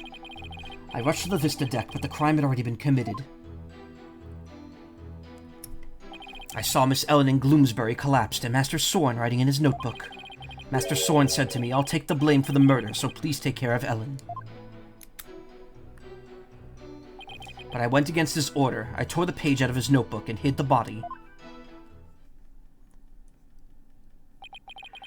Wait a second. Mr. Sprocket was writing in his notebook at the time. Could it be? It was meant to be a confession, an admission he killed Gloomsbury himself.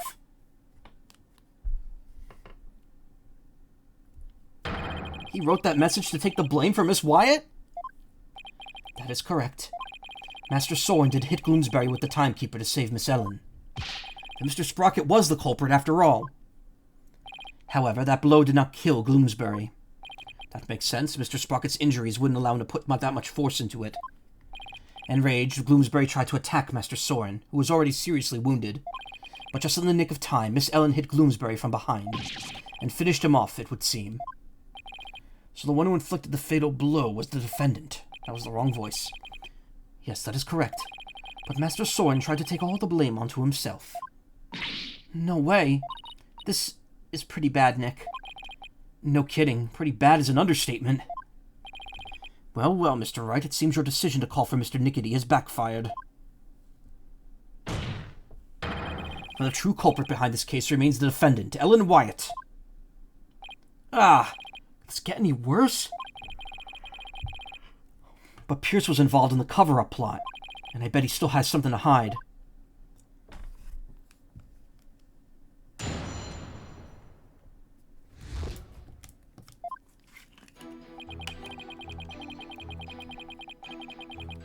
Hold it! Wait a minute. I thought you went to the Vista deck with Mr. Sprocket. Actually, that is not true. What? What do you mean?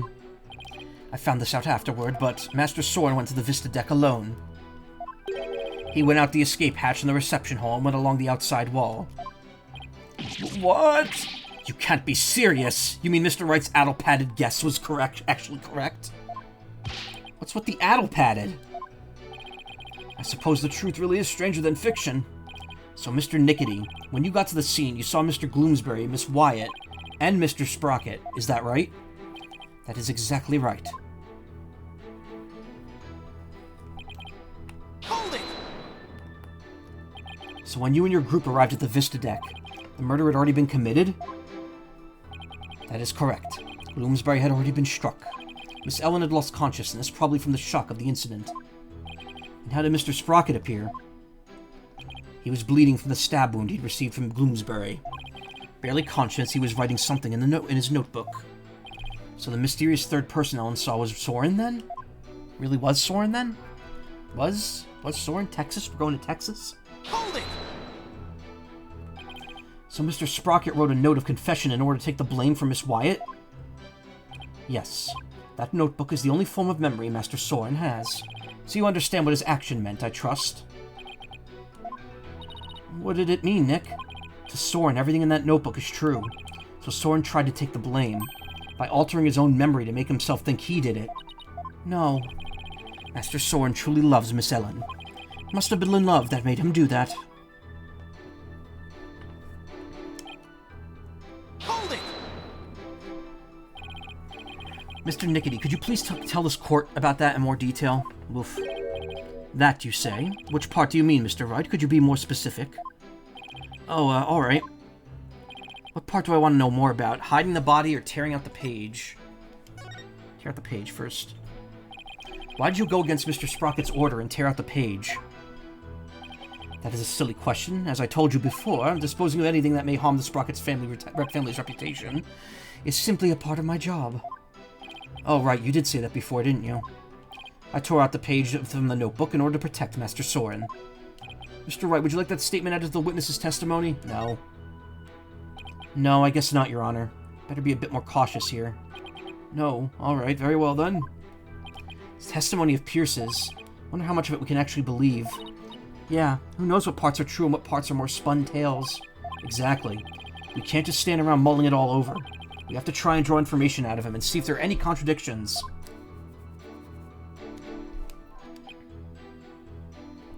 You back at the beginning? Yes, we are. There aren't many comments here. Hold it! Alright, let's hear about hiding the body.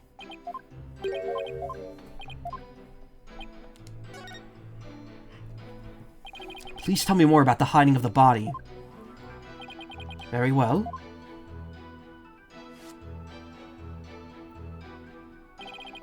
After saying he would take the blame, Master Soren passed out. That's when I hid the body. I quickly took the lift down to the hold, where I hid Gloomsbury's still warm body in the spare peggable lantern. So it was you who hid the body, not the defendant? To think Mr. Butts would move the lantern containing the body to the reception hall. Well, I did not see that coming. I don't blame you. Not even Larry could predict what Larry will do next. Maybe I should take another look at the lantern and the evidence. Mr. Wright, would you like that statement added to the witness's testimony? Add the testimony, baby. Yes, please. Very well. Please add that statement to your testimony, Mr. Nickety. In the hold, I hid the still warm body in the spare peggable lantern. Hold it! Why'd you hide the body in the lantern? As I told you yesterday, it was to make it as though the murder never happened. But thanks to Mr. Butts, things did not turn out as planned. So holding the second wedding reception wasn't Mr. Sprocket's idea, but yours, wasn't it? It was, for Master Soren's sake, and Sprocket Aviation. I am accused of a crime for trying to cover up the incident. I shall accept it willingly. He really doesn't seem to even care about himself. So he's talking about the cover-up after the incident, huh? Right. It's that information only somebody who was actually involved could know. This might be a really important piece of testimony. I think so, too. I'll have to tread really carefully here.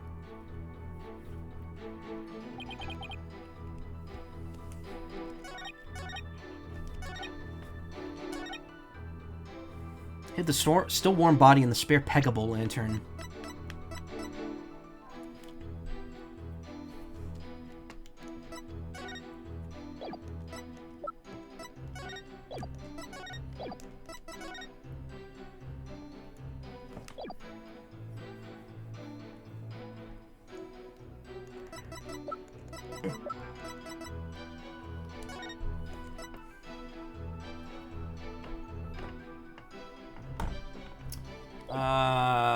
Wait.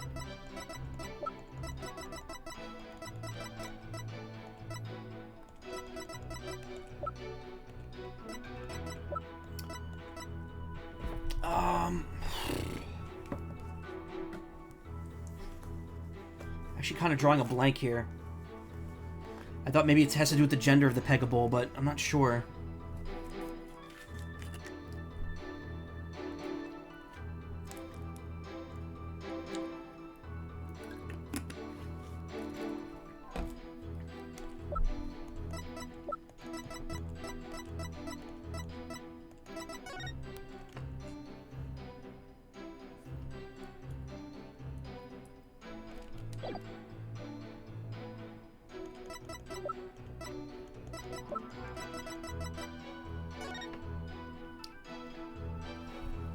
How did those petals get on it, though? Objection! That was right. Your Honor, the witness's statement contains a glaring contradiction. And this is the piece of evidence that says it all. Will it start saying something anytime soon, Mr. Wright? It's not speaking up at all, is it? Maybe it's being shy? Your evidence has said nothing at all to this court, but your choice of tactics speaks volumes about you, defense. Even I knew that wasn't a very smart move, Nick.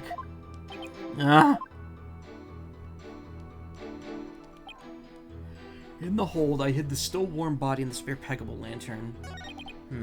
Hold it! The other statement is important.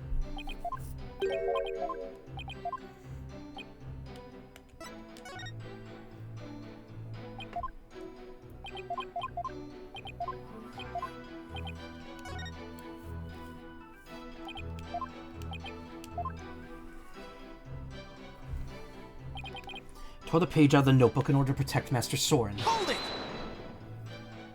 So by tearing out the page of the notebook, you erased the memory of Mr. Sprocket, who was trying to take the fall from Miss Wyatt. I knew it was against his wishes, but I just could not let Master Soren bear the blame for something he did not do. As his butler, I believe that was the right decision for me to make.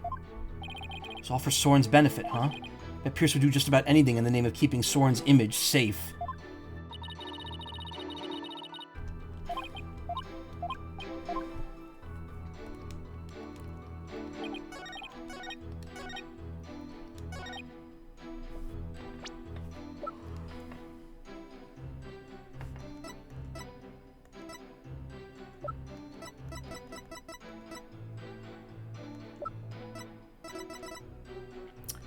I don't know.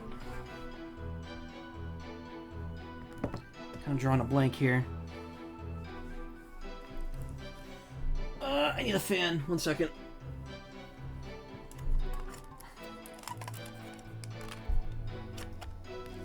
Ah, my finger.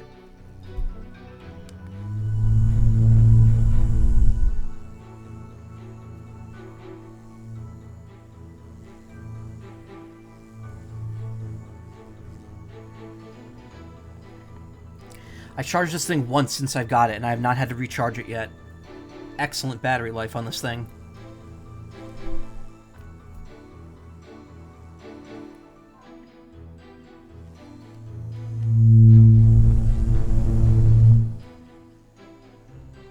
Instructions unclear, I have no finger. I got no dang finger!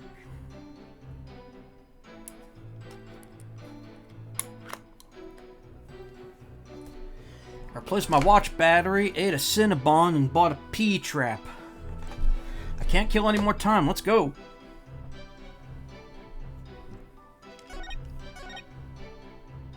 Tore the page out of the notebook in order to protect Master Soren, fuck.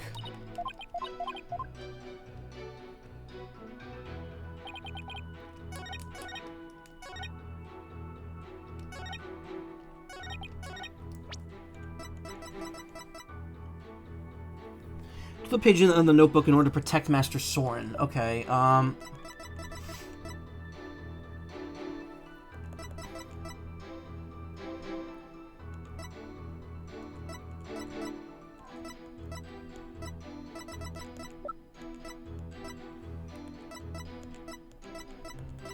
like, if you were protecting Soren, though, wouldn't you have, cleaned off the candelabra, too? No. Those bloodstains aren't really necessary.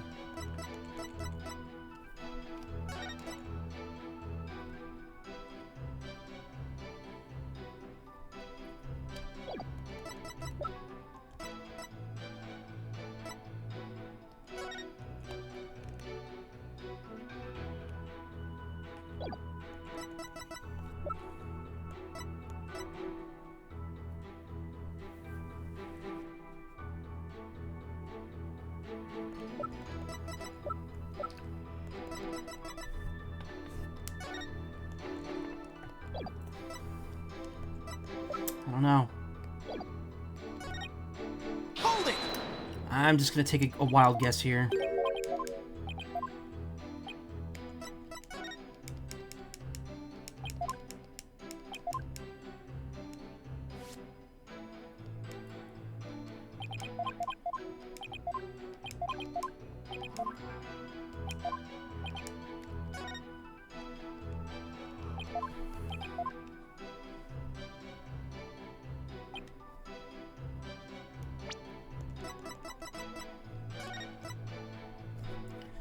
Found collapsed inside one of the peggable lanterns. Scattered around his body were flower petals, a note, and broken parts of the lantern. Petals were from flowers not found inside the reception hall.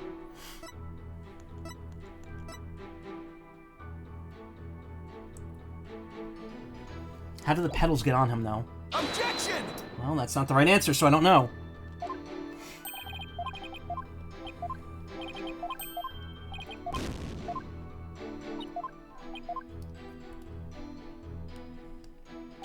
Maya, help me. So what do you think we should do now, Maya? That one statement sounds awfully fishy to me, Nick. Yeah, I was thinking the same thing. It's not just a matter of deciding which piece of evidence to present, right? Yeah, I'll take another look at the evidence and compare it to that statement, then. Okay, so it is this one. Hid the still warm body in the spare... Pegasus... Bloodstain on the inside wheel handles if someone gripped it with a bloody hand. Objection! So he wasn't dead when he was put in the lantern. Could it be? Is that what happened? If what I'm thinking is true, then maybe I could prove neither Ellen nor Soren did the deed. Mr. Nickety, you said the body was still warm when you hit it, correct? So then what if Mr. Gloomsbury was still alive when you went to put his body inside the lantern? What? What? That's preposterous. Actually, this shows the victim might have still been alive while he was inside the lantern. I'm afraid you have to point out which part you're talking about, Mr. Wright. This part here shows that the victim might have still been alive inside the lantern. Take that! As you can see, the back end of the lantern is a door, and there's blood here on the wheel handle. Objection! That bloodstain must have gotten there when the witness put the body inside the lantern. It in no way shows that the victim drew his last breath while he was within the lantern. I disagree, Mr. Edgeworth, for you see, in putting this lantern back together, the police inadvertently placed the inside handle on the outside, and vice versa. In other words, the wheel handles got swapped. Oh my, so they got swapped? Yes, they got swapped. What? But that's ridiculous. Not at all. If you compare the other male peggable lantern in the reception hall...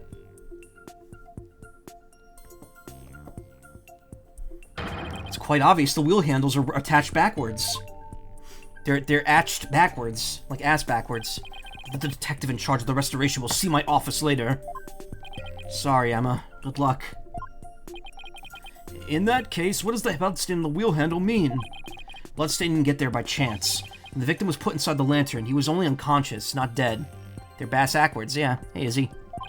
When he regained consciousness, he probably tried to get out of the lantern. So he grasped the inner wheel handle, and that's when the blood got on it. This proves that the victim was still alive when he was inside the lantern. At the time, I was completely convinced Gloomsbury was dead. Had I checked more carefully, he might have survived. Unfortunate to be sure, but not significant enough to change this trial's outcome. Been here since before what's-his-name farted up to the ceiling. Oh, really? Again, I disagree, Mr. Edgeworth. Actually, it's a very significant impact in this case. Did I miss you? Did you say something and I just missed it?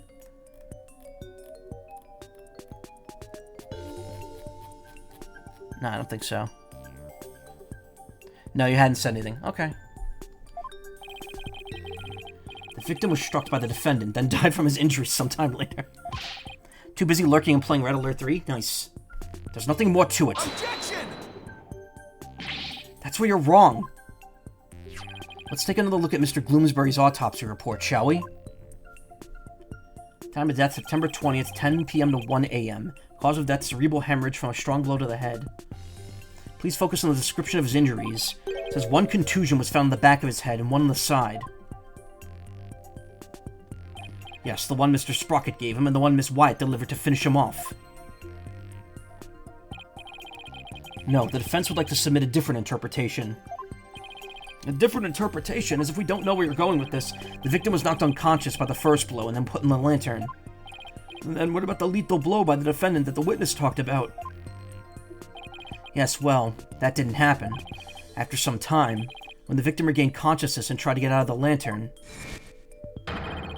that's when he received the second blow that finished him off. Taking into account the fact that the victim was alive for a period after the first hit, going senile, and that he did receive a second blow to the head, does seem entirely possible. Yes, as long as the first blow didn't kill the victim instantly, then there's a possibility that someone other than Mr. Sprocket or Miss Wyatt delivered that fatal blow. Objection! That's all you've got? Even if there was a time lag between the two blows, the prosecution's position doesn't change. That's two lines. Two interesting lines there. What? What do you mean? It's elementary, Mr. Wright. After the reception, when the defendant was cleaning up the reception hall, the victim, who was supposed to be dead, suddenly came out of the lantern. The defendant grabbed the murder weapon, which was right there, and finished him off. That theory sounds awfully familiar. Of course it does, Your Honor, because it's exactly what I proposed at the very start. The second blow was inflicted by the defendant after all. I see. It seems a tangle of mysteries is unraveled into a single thread. Objection! But as long as there's a possibility that the fatal blow was delivered by a third person, then we must continue the deliberations. Give it up, Mr. Wright, unless you have something to prove the presence of your precious third person. Okay, Nick, just relax. You could do this. Come on now, take some deep breaths. Good idea. Deep breaths. Deep breaths. There, don't you feel better already? Maya's right, I should calm down. Get my focus back. Go over everything again. And then hopefully I'll be able to find something to prove that there was a third person. Let's see. First, why did Gloomsbury attack Ellen? Because he was tired of taking the blame for the incident? Something about that line of reasoning just doesn't feel quite right to me. No? How come? Well, if it's just a personal vendetta, he had already stabbed Soren. So why then was he so determined to go after Ellen? You're right, this whole thing feels too premeditated for a crime of passion. But Gloomsbury didn't seem to have a personal grudge against Ellen. If Gloomsbury didn't have a personal reason to attack Ellen, then... You've taken long enough, Mr. Wright. Now it's time for some action. What proof do you have that a third person was involved? Alright, I'll show you. Not completely sure of what I'm doing yet, but it looks like I'm out of time. This piece of evidence proves the involvement of a third person. Big brain time? No, that's usually like the last thing we do.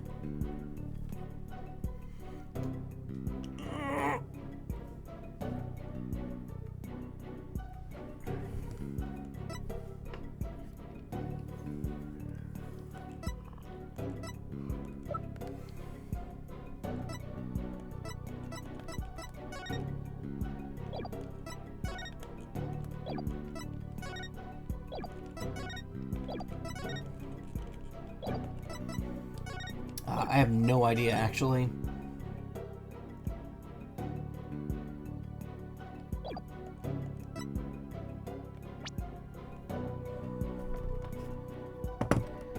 So why then was he... Okay.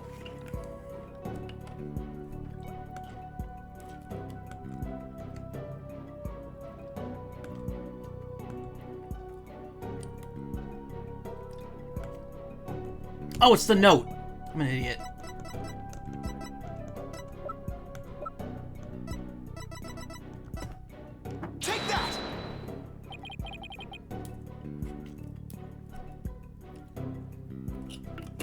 Getting a little sleepy.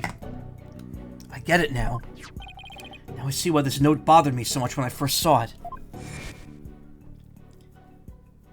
Looks like a note outlining the murder plot. It was apparently written by the victim. Your Honor, please take a look at this note. This is the victim's murder plan, right? It's definitely a murder plan, but what if Mr. Gloomsbury didn't write this note himself? What? This is how you intend to conjure up your mysterious third party, Mr. Wright. Can you even prove that note wasn't written by the victim? Yes. Yes, I can. Very well then, please present your evidence, Mr. Wright. This evidence proves the victim didn't write the note. We need a sample of Gloomsbury's handwriting.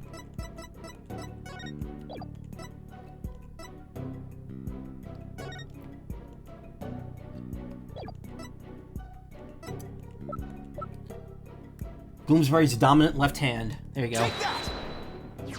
This is the weapon Mr. Gloomsbury used to stab Mr. Sprocket. I was wondering what you'd pull out this time. Dare I ask what that could possibly have to do with the note? Mr. Gloomsbury's prints were found on this candelabra, and the prints were from his left hand. So, that makes the victim left-handed, correct?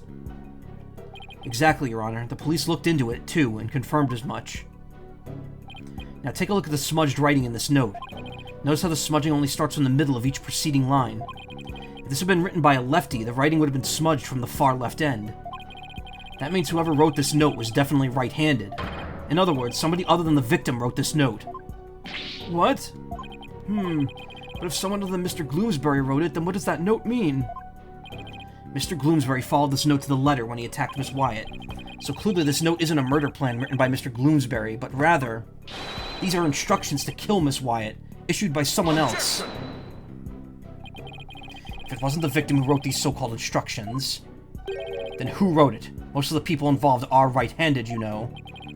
He is correct. The majority of the family and their employees who are on the airship are indeed right-handed. I must say, that is a very rough and slipshod conjecture you proposed. I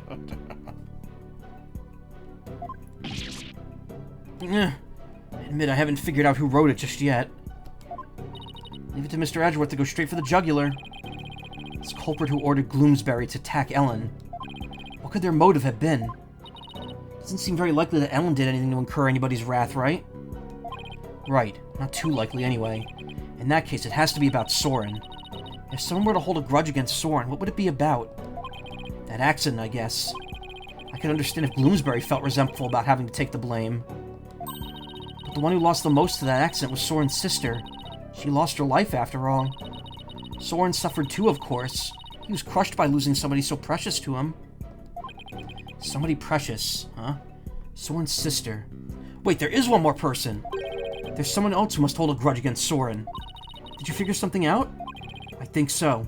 I think that somebody else used Gloomsbury to try and get revenge against Soren. Did you say somebody tried to get revenge against Mr. Sprocket, Mr. Wright? The person who manipulated and used Mr. Gloomsbury was Soren's father. No, the family elder. Why? Selena's fiancé.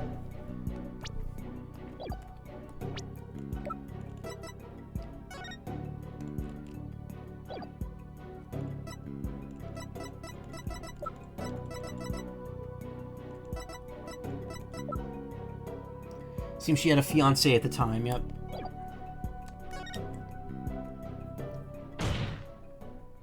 The person who used Mr. Gloomsbury to try to get revenge on Mr. Sprocket, and then finish Mr. Gloomsbury off to silence him, was a man dear to Mr. Sprocket's older sister, Selena Sprocket's fiancé. Not that I'm positive, but it's certainly possible. This fiancé could have made Gloomsbury attack Ellen to get his revenge on Soren. What? A fiancé?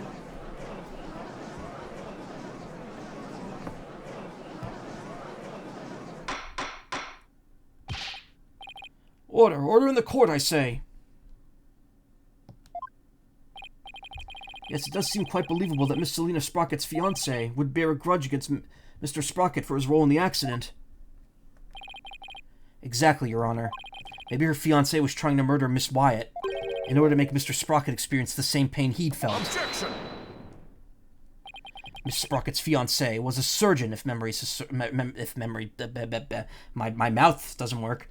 Miss Sprocket's fiancé was a surgeon, if I remember correctly. But the only people who attended the reception were family and staff members. That may be, but then that just means Mr. Sprocket's fiancé must have been among those who attended. Among...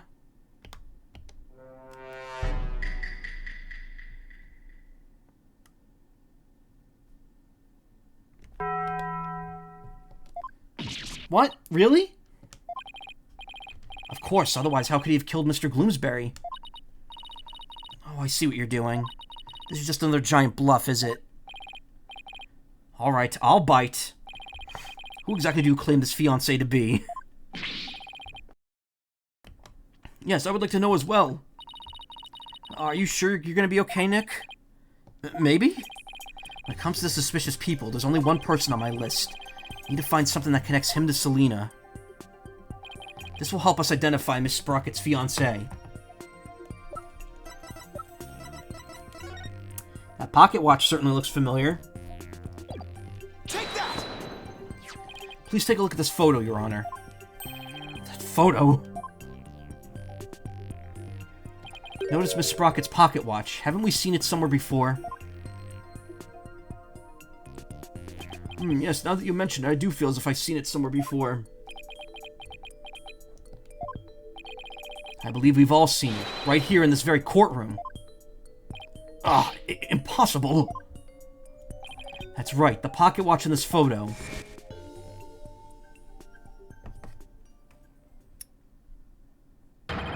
Is the same pocket watch Mr. Nicody has on him right now. What? Again? I keep doing that. This is clear proof of a strong connection between Pierce Nicody and Selina Sprocket. No. Well, Mr. Nicody, is it true?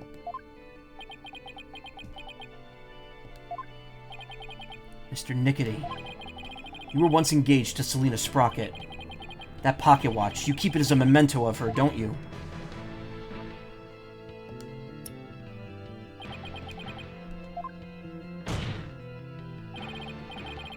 Mr. Nicody, you plan to rob Mr. Sprocket of his loved one, to make him feel the same pain as you. Isn't that right?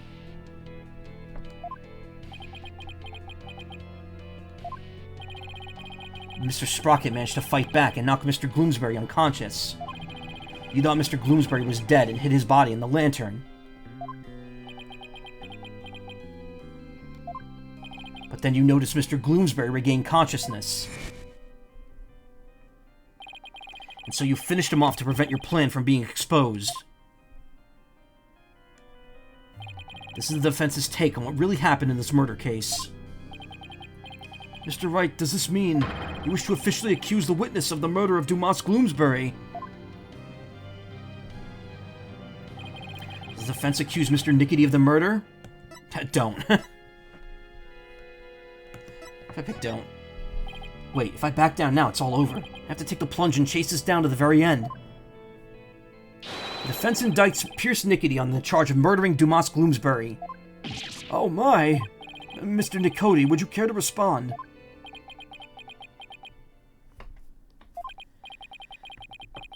Man, this lawyer just yaps on and on and on. As you guessed, this watch is a memento of Selina. It stopped working at the time of the accident, though. Then you really are...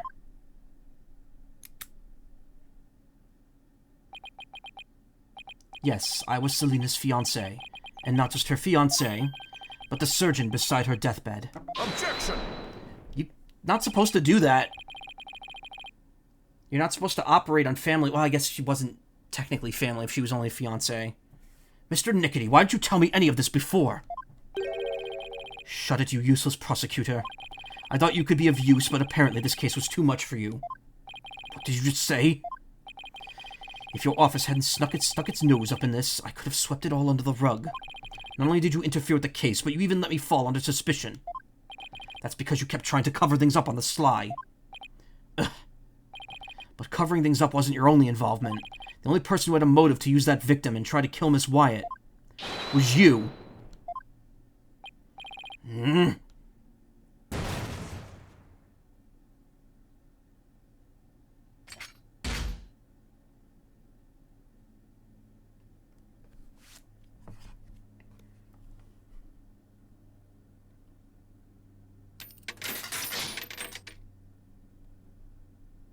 Sterile.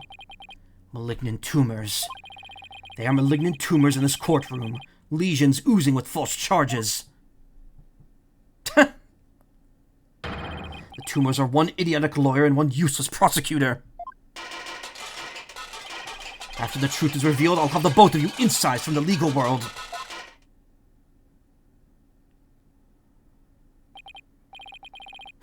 I'd like to see you try. With the power of the Sprocket family, it'd be a cinch.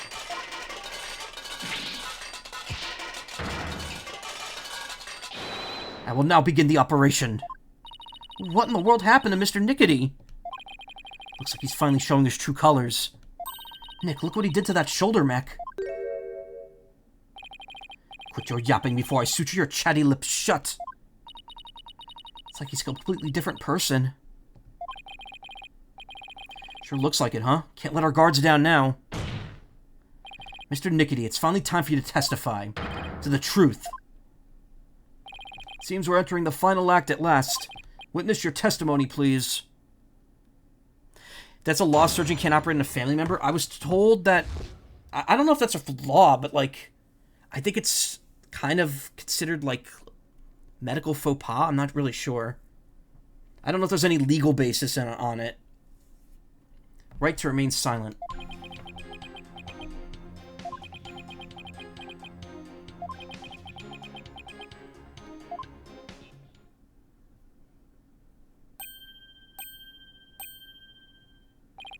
Mr. Nickety, why didn't you say anything?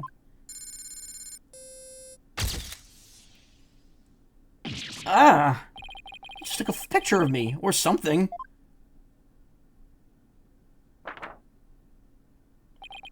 You want me to voluntarily testify, hoping I will make a slip of the tongue. I like how the X-ray has Phoenix's hair spikes in it.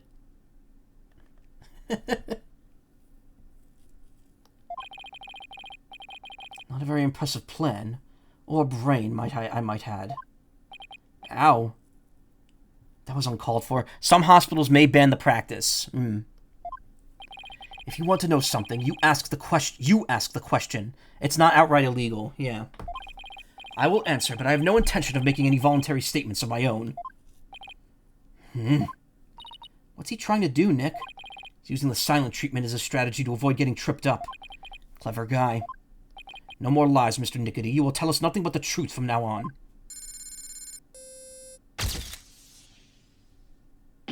Ah! What do you think you're doing?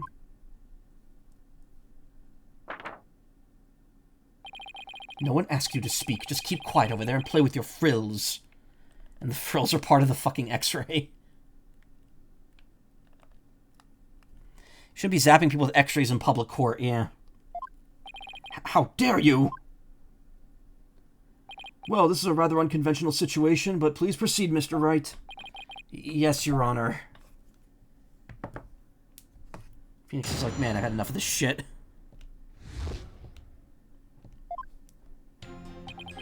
Hold it!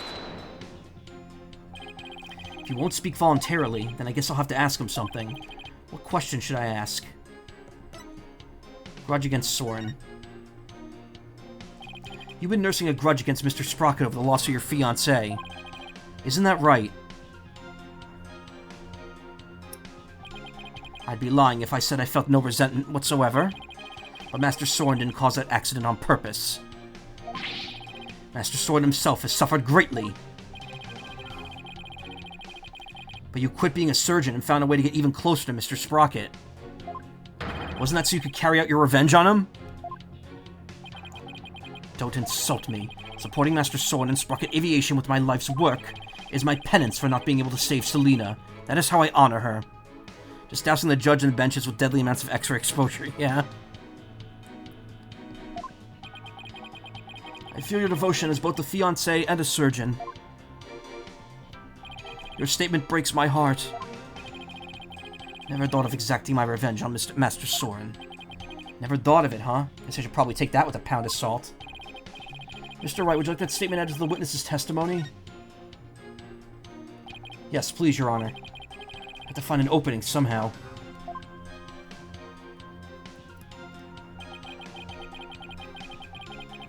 Never thought of enacting revenge on exacting revenge on Mr. Soren. Hold it!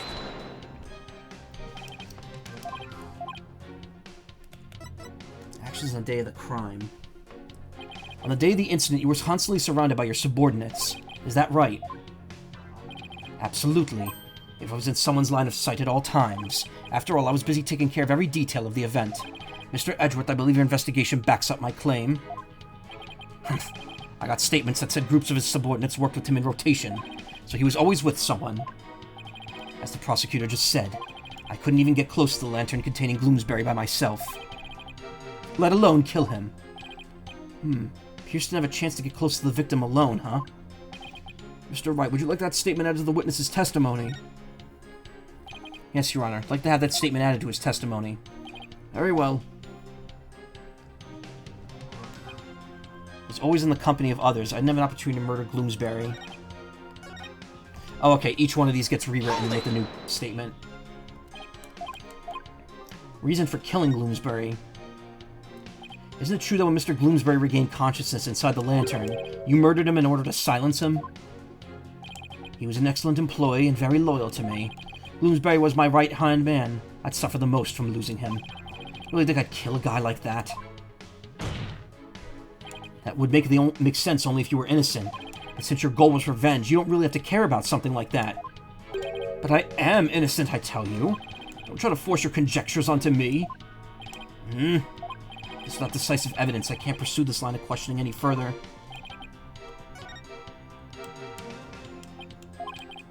Every little I could drag out of him helps, right?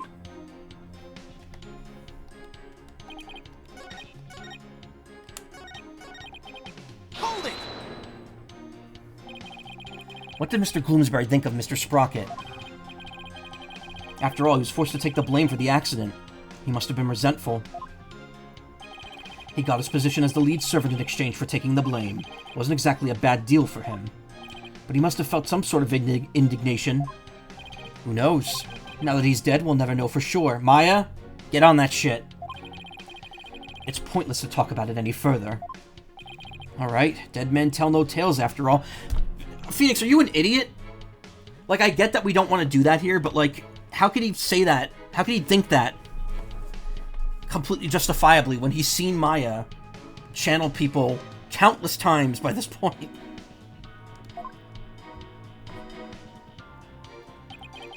Just a few months ago, he saw Maya channeling Dirk. Hold it!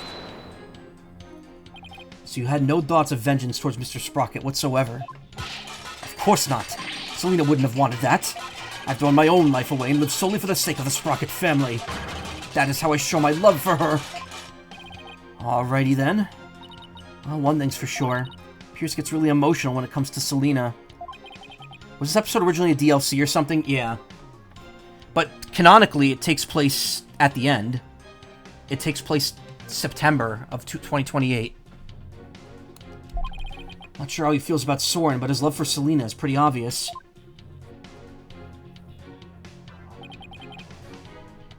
Hold it! So you were always in someone's line of sight? Surrounded by family members and staff as we prepared for the reception. During the reception, I was stationed behind the sweetheart table to attend to the couple. When could I have possibly committed murder? Not buying it. If Pierce is the true killer, there must have been some time when he was out of everyone's sight. I guess it's a DLC, you can't spoil it. Yeah, true. I mean, it's here's the thing, though. It already spoils the end of the game, because they mention Apollo not being there. And they mention, I guess that's kind of it, really. Also, they mention Maya being back from her training, which I guess kind of doesn't really spoil it, since we know Maya was in Khura'in for her training. I don't know. What do you think, Nick? Is there a chance for us here? Well, as long as we have some kind of testimony from him, there has to be. Just have to compare his testimony against the evidence and find an inconsistency, right? Exactly. This is it. I have to do this right.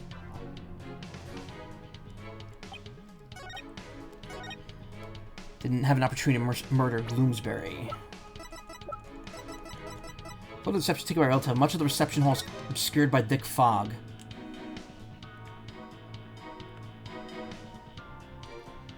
Nickety is looking over at the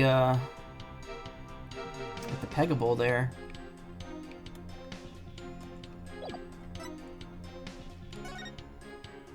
Large amounts of dry ice were placed in the fog machine to produce a thick fog during the reception. Objection! Mr. Nicoti testifies that he was always with someone at the time of the incident, and never had a moment alone to commit the crime. Yes, and the police investigation backs that statement up. Doesn't it? But there was an opportunity. In fact, one, and only one. Moment when Mr. Nicoti could have killed Mr. Gloomsbury without anyone noticing. What? And the one thing that made that moment possible is shown here in this photograph. With all those people watching, I couldn't possibly have committed murder. Do not believe him, Your Honor. This lawyer's a malignant tumor. He wants to infect the judicial body with virulent accusations. Mr. Nicoti, I would ask you to keep quiet at this time. We need to evaluate the defense's claim. And your yammering only serves to throw further suspicion your way.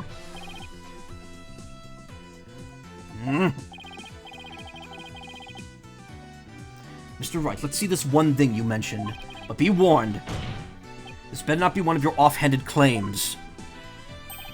Who do you think you're talking to, Mr. Edgeworth? Love on both sides attack, yep. Very well, Mr. Wright. Please point out for us the one other thing that makes the moment of murder possible. That one moment when it was possible for Mr. Nickety to kill Mr. Gloomsbury. The one thing that made the single moment possible is this. It's the fog. Take that! The one thing that made the moment of the murder possible is this thick mood fog that engulfed the entire reception hall. It's under the cover of this fog that Mr. Nickety can murder the victim. What? Mr. Nickety was standing right next to the lantern that Mr. Gloomsbury was in. This was the only moment the murder could have been committed without being seen. Objection! I can accept that there was a moment when the witness was obscured from others by fog. That doesn't prove Mr. Nickety killed the victim at that very moment. You can't prove the crime was committed during the reception. The trial ends here. So caught up in finding a foothold that I forgot to think that far ahead. Well done, Mr. Edgeworth. It's time to call this trial's time of death. Well, Mr. Wright, can you prove the murder happened during the reception? Don't even bother. His claim is dead on arrival. Victory's within your grasp, prosecutor. Quiet, witness. I have no interest in victory. All I care about is the truth. One that we can only arrive at through further deliberation. Edgeworth, enough of this. Your Honor, this trial is over! No, Mr. Nickety, that is for me to decide. Mr. Wright, can you prove it? Can you prove that the murder was committed during the wedding reception? Is there no verdict yet? The lawyer's obviously out of answers. Prosecution, the judge, they're all infected. Their malignant stupidity is so advanced, not even the best surgeons could save them. In fact, not even a brain transplant could cure them. This court is infected with idiocy. It's a pandemic. Objection! Mr. Nickety, that's enough already.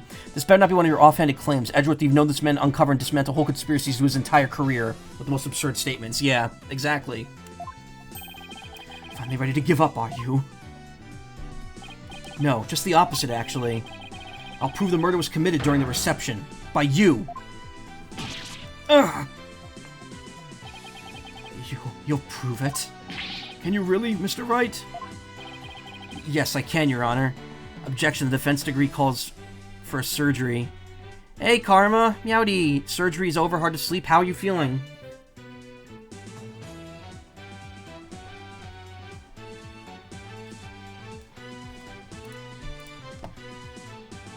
Since Karma's here right now, I want to share this. I'll probably put it in the stream description too. Arm looks and feels like a beetroot. Ugh. So Karma got injured a couple weeks ago. Was it a couple weeks ago or was it a week ago? As he mentioned, he just got surgery today. He might need some help with medical stuff.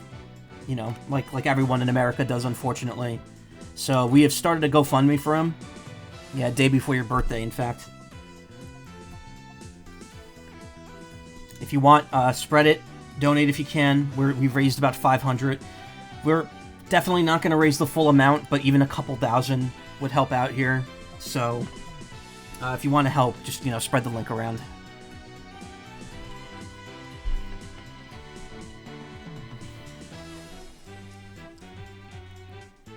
Yeah, I guess I'll put it in the description of the stream.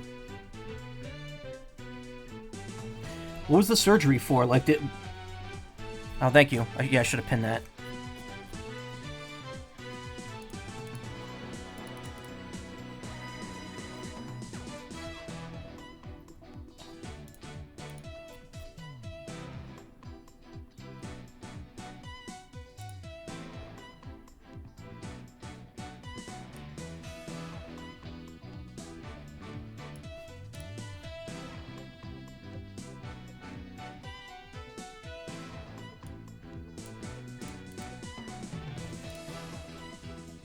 Objection, the day before your birthday means it wasn't your birthday.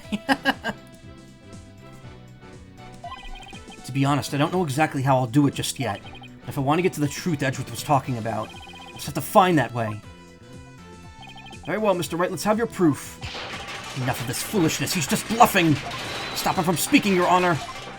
I will do nothing of the sort. You are just a district court judge with the power of the Sprocket family. Enough of your foolishness, Mr. Nickety. This judicial body will not succumb to the influence of money or power. Now then, let's hear it, Mr. Wright. Let's hear your truth. Think, Phoenix. Remember everything you've learned so far. You can do this. You can find the definitive evidence that will lead us to the truth. Here we go. We're braining. Surgery is for realigning the arm and putting it in a brace. Like how I will brace you soon. What? Think, Phoenix, think. How can I prove the murder took place during the wedding reception? If Pierce committed the murder during the reception, then he had to have used his shoulder mech fixer-upper. Oh, my teeth. Oh. He must have hit the victim with that, and... No, wait, that can't be right. Karma, if I was gonna do, like, nerd TF on you, you would already have your arm fixed. Because your body would be transformed. Gotta calmly think my way through this. Pierce committed the murder during the reception. He had to have used... The reception photo? No. Photo of the reception. Okay, sure, it does show the scene of the murder, but it doesn't show anything conclusive. I had to think harder.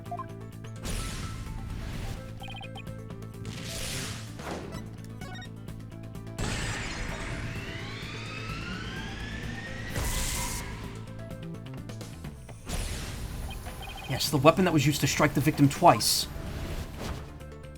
According to the autopsy report, the victim was hit by the same object both times, so without a doubt, Pierce used it to commit the murder. The weapon used to kill Mr. Gloomsbury was... the candelabra. No, that was used to stab him. The key of love. That can't kill anyone. The timekeeper.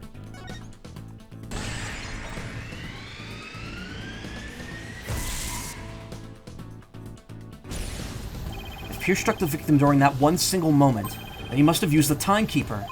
Come to think of it, wasn't it also used for something else during the reception? During the reception, the timekeeper is also used for the cutting of the time machine. First taste of love. First startup of love. I want to see what he says for these other two. First taste of love, huh? So the bride and groom feed cake to each other, right? Sorn and Elle might have done that too, but it had nothing to do with this case. It's the final stretch. Think hard, Phoenix.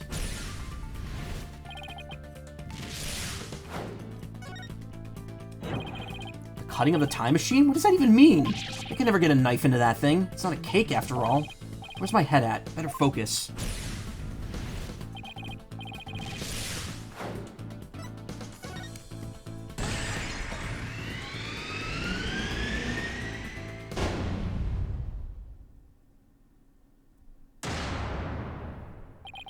That's right, the timekeeper had been activated during the reception. If we activate the timekeeper again now and find any trace of the murder, that would be conclusive proof that Gloomsbury was killed during the reception. Actually, completely forgot that that's where this goes. A special ceremony took place during the reception in question. What kind of special ceremony? It was called the first startup of love. Apparently the couple activated the timekeeper for the first time during it. Does that mean the timekeeper here in the evidence isn't activated at the moment? And what would happen if we were to activate it? Why don't we see for ourselves? Give us a chance to examine it. And while we're at it, we just might find some conclusive evidence. What? No, you can't activate it. Mr. Nickety, keep quiet or I'll have you thrown out of court. By the way, Mr. Wright, this is supposed to be a time machine, right? We aren't going to travel back in time to the Stone Age or anything, are we? I don't think we have to worry too much about that, Your Honor. Still a little nervous, nonetheless, but the truth must be known. Very well, go ahead and start the timekeeper. You know how, Nick? I think so. Maybe? Bride and groom each had a symbol of their love, and when they put them together... Oh, how romantic it was. Let's see, I think the symbol of the groom's love must be the timekeeper itself. What symbol of the bride's love would fit together with the timekeeper? Oh, I know. That has to be it. Mr. Wright, are you ready to activate the time machine now? Yes, Your Honor. Symbol of the bride's love that's necessary for activating the timekeeper is... Ellen's pendant. Take that! Miss Wyatt's pendant. Is the symbol of the bride's love that's necessary for activating the timekeeper. What? Then does that mean you could start it up with Miss Wyatt's pendant? I believe so, Your Honor. Very well, please try it now, Mr. Wright. Man, now I want chocolate cake. I want something to eat. I'm getting hungry. Okay, here I go. But first I have to figure out where the pendant goes.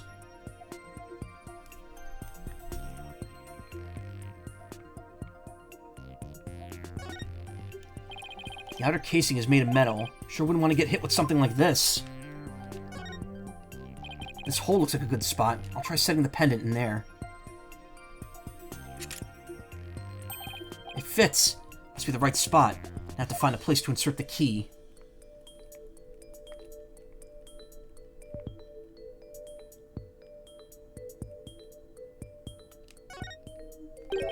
Hole in the middle of the pendant. Could this be it? Oh, it goes in the gear. Aha.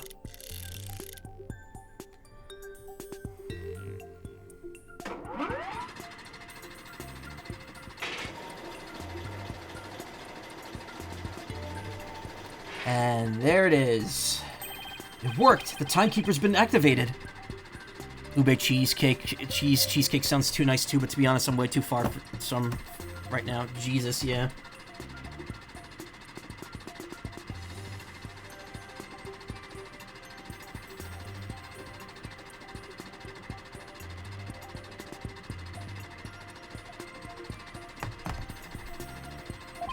All I have to do is find proof that the crime was committed during the reception. Yeah, I think anyone could see that.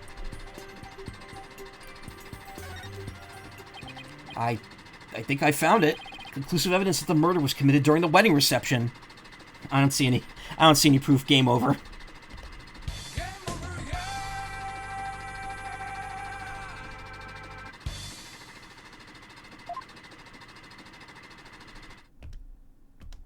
Bruh. Just as I suspected, there's evidence of the murder inside the timekeeper, Mr. Nickety. The timekeeper was only activated and opened during the reception. Wedding reception, right? Wow. No! Stop! So that means this is conclusive proof that the crime was committed during the reception. Ugh. After you killed the victim under the cover of fog, you closed the timekeeper to hide the bloodstain, didn't you? It's obvious that it was in this state when it was used on the victim. No, you're wrong. Ellen killed Bloomsbury. It wasn't me, I tell you. Objection! Give it up, Mr. Nickety. How could the defendant, who was in the middle of pledging her love, have possibly committed the murder with everyone watching her? It was the family. Yes, all the family members conspired together to kill him. Objection! There's no way you could talk your way out of this, Mr. Nickety. During the reception, during that one dreamlike moment, only one person could have used the timekeeper to beat the victim to death.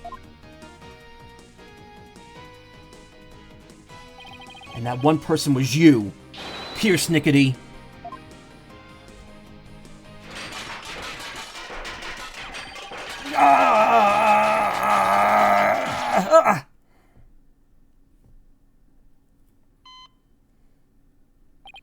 No, this isn't over yet. I won't give up. Oh no, I cut the artery. Stupid thing. We must stop the bleeding now. Give me forceps. Forceps, I said. Hey, where is everyone? Fine, I'll manage this alone.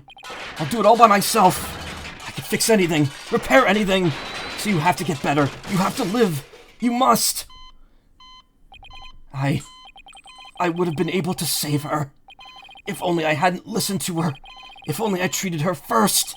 If only that Soren hadn't been there. Selena. No.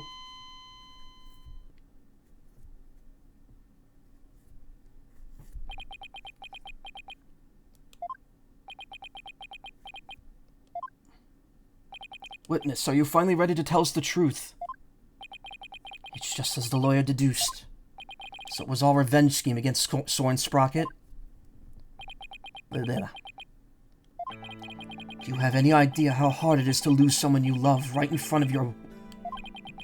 Selena's condition was clearly more critical than Soren's, but in spite of that, she said, "Please help Soren." Miss Sprocket's last words, so that's what she really meant by them. I was able to grant her wish, but at the price of her own life. So you got a job with Sprocket Aviation and waited for your chance to get revenge. You got close to Mr. Gloomsbury and hatched this plot. Is that right? Gloomsbury already bore a grudge against Soren. So when I tempted him with an even better position, he immediately took the bait. He was your accomplice, someone who shared the same goal as you. Why was it necessary for you to kill him? I didn't expect Soren to strike Gloomsbury out on the Vista deck. And I certainly never imagined he'd make his way there alongside the outside wall. I did it a third time! Soren's love is the real deal after all. My plan had been compromised, so for the time being I hid his body in the lantern and tried to think of my next move. And then Mr. Gloomsbury came to during the second wedding reception. As soon as I saw Gloomsbury, I instantly hit upon an idea. To pin the blame of Gloomsbury's murder on Ellen. You tried to break up the couple by making the bride out to be a murderer. How despicable. Soren was getting the company and a wedding. Both things that were supposed to be Selena's. He took every happiness from her. Who's the despicable one here? Do you think what you did would make her happy? I know it wouldn't. But I couldn't just stand by watching Soren enjoy his happiness. I was going to have Soren taste the same pain I had, and then take over Sprocket Aviation myself. I would take back from him all of the happiness that was rightfully Selena's.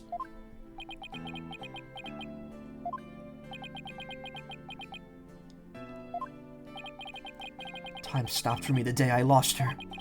Just like this pocket watch of hers.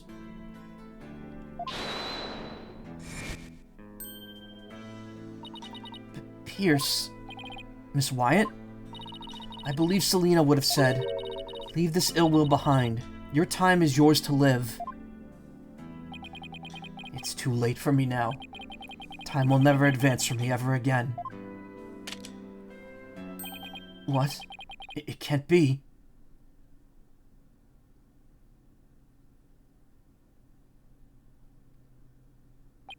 I see now, Selena. What I did was wrong.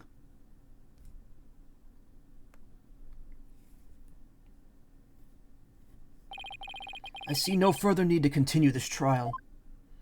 Bailiff, please take Mr. Nickety away. Here's Nickety, another inconsolable time traveler who lived in time that stood still. Someone did that to my sibling or anyone that I cared about to haunt their ass, yeah. Appears okay to act or lash out of grief, but learn not to be stuck in the past, yeah. Now then, I must render my verdict regarding the defendant. Your Honor, before you give your ruling, would you please allow me a moment? Very well.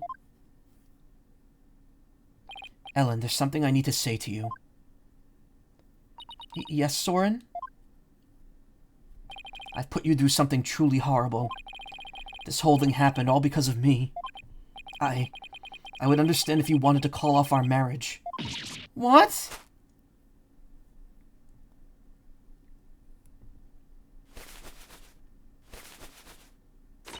Of course not. I never once thought that.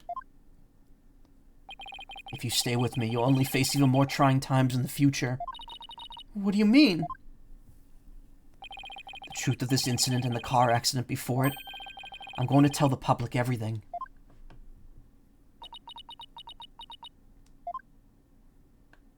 I expect the company's reputation will suffer, and I'll take a lot of criticism. But I feel I can only really start over again once I get everything out in the open. Soren. After all that's happened, I might not have the right to ask you this, but... Well, how should I say this? Maybe I'll just...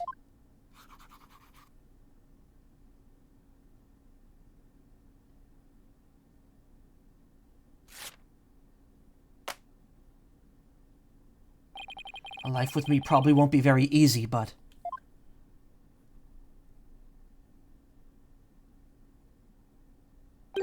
Will you marry me?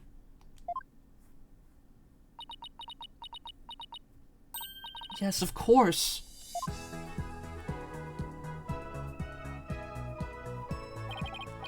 Your Honor, thank you for this time. Please continue with your ruling. Very well, but first I have one question. Did the two of you pledge your eternal love for each other to the goddess of justice, Themis? I do, Your Honor. I do. Does the prosecution or the defense have any objections? Well done, Your Honor. No objections here. The defense has no objections either, Your Honor. This court finds the defendant, Ellen Wyatt. Ah, that's not right. This court finds the defendant, Ellen Sprocket. Yeah!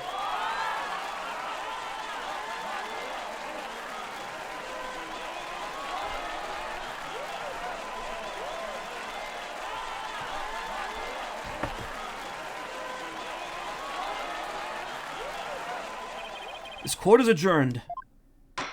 Man has been convicted to life imprisonment. Will you marry me, Ellen? Smooth on his bald head. Smooth, Your Honor. Let me give you that look, goddammit, Magani's, I swear. September 13th, 11:36 a.m. Wow.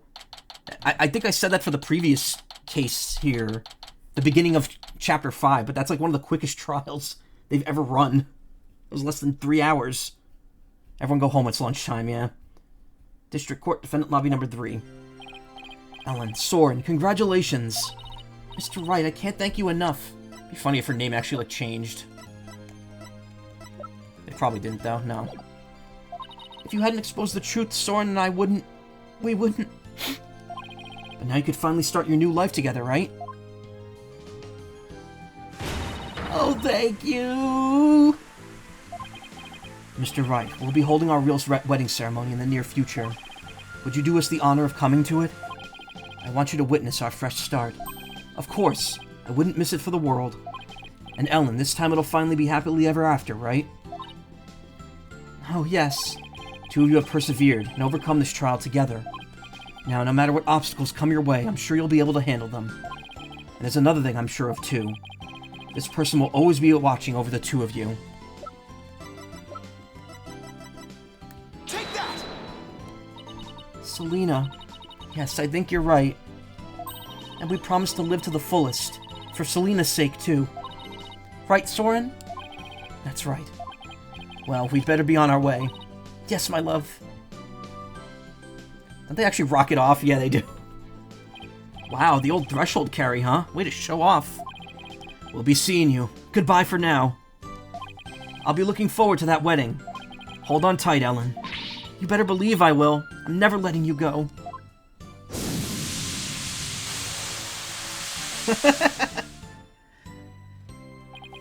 There they go.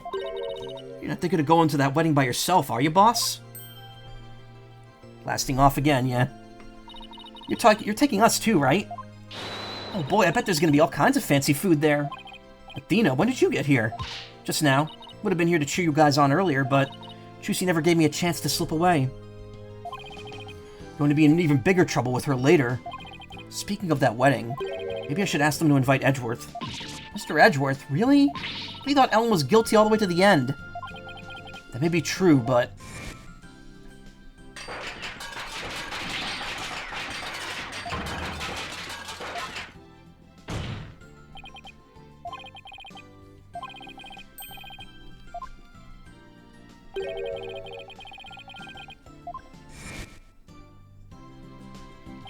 if he hadn't stood up for us when he did, the trial probably would have ended there. Maybe Mr. Edgeworth gave us that chance? Maybe. Though knowing him, I doubt he'd ever tell, even if I asked. Well, if that's how you feel about it, Nick, then why not try to get him invited? Like at a double wedding. Yeah! Hey, Maya. Have you ever tried to catch the bouquet? What? No. Never have either. Fighting over a bouquet that's been tossed by the bride? Talk about a fierce competition. Totally stoked. I'm not sure it's really supposed to be all that competitive. I'm a pretty good jumper, so I think I've got a chance. She's definitely missing the point of the whole thing.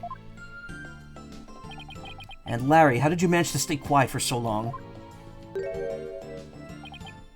Shut up!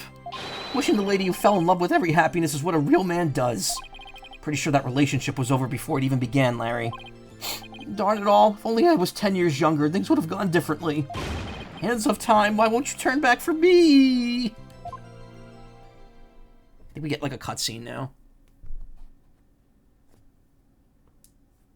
After this. September 30th, 9:20 a.m. Sprocket Park, mooring dock. Today's Ellen and Soren's third wedding ceremony and reception. Alright, because they did it twice. Heard the bride and groom insisted it being on the Flying Chapel again. In the end, they were nice enough to invite me and Maya, and Athena kind of invited herself. They also invited Edgeworth, Emma, and even Larry. They say the third time's the charm, right? Really do hope it's happily ever after for them this time around. Still, I get the feeling it's going to be one rowdy party.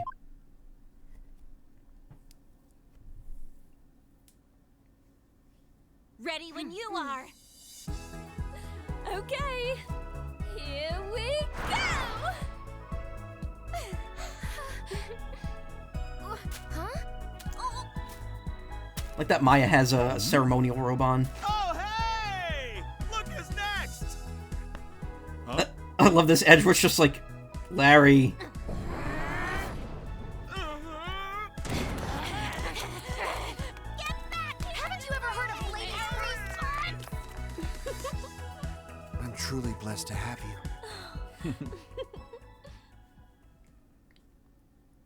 Don't even. He caught it fair and square. That's true. He didn't cheat to get that. And that's Ace Attorney. Oh, wow. That's a nice piece of art. Unlocked a special bonus in the music and background settings screen. SOJ commemorative to No Guy. I got the last two achievements. Unlocked a special bonus in the music. Okay, trilogy commemorative. There's a versus thing drawn by the Street Fighter guy in the art library, I think.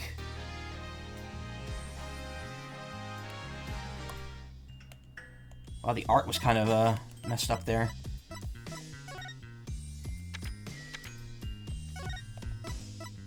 Yeah, here it is. I think this was drawn by one of the Street Fighter people.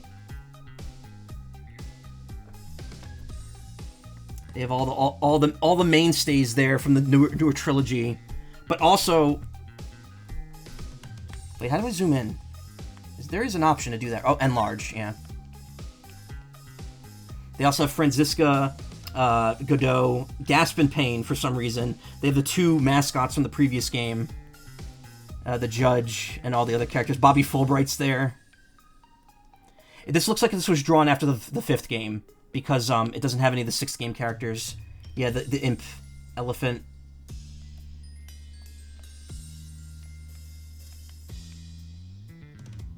Also, I just realized, if this was drawn after the 5th game, it makes sense that Maya, Franziska, and Godot would be locked, because they're not in the 5th game. That's actually really clever. It does say Gyakuten Saibon 5 in it, yeah. I wasn't paying attention to that. But yeah, there's a lot of bonus stuff here that we haven't seen. Art, there's the music, there's like special soundtracks. I got all the accolades, so that means I finished the game completely. There's an animation studio, which the original trilogy now has as well. And what you could do is, it's really stupid. I think I've shown this off before. You can literally just put any defense, and like any character that's eligible for a position, you could put them in it and then just like have them do an animation. So like... Fed Up. You choose a character based on their costume.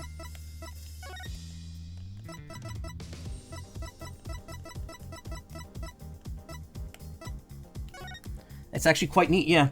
It's Objection Maker. This animation is about to 10 seconds long and cannot be cancelled. Play the special animation.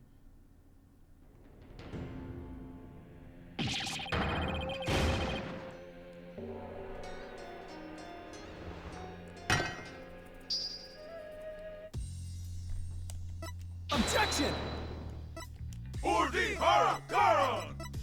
Such insolence! Yeah, it's neat. It's just a neat little thing that you could play around with. Again, they added this into the original trilogy as well in the update that came out a few weeks ago, or a couple months ago. And yes, this actually does change styles for Apollo Justice. But that's kind of... Well, it's not truly it. There is... Like I said, there's DLC for this... Could have made it a full-blown scene creator, yeah. Bald. Actually quite neat. Objection.lol moment, yeah. So there's 2 pieces of DLC for this game that was not included in this collection called Asinine Attorney.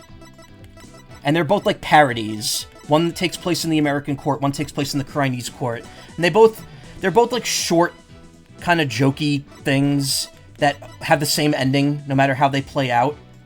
But they have like different flavor dialogue as you go through it. I think there's like one cross-examination in each. They take like 20, 30 minutes each. I would definitely like to show those off at some point. Maybe I can get it running on the 3DS. I don't know why this collection just doesn't have it.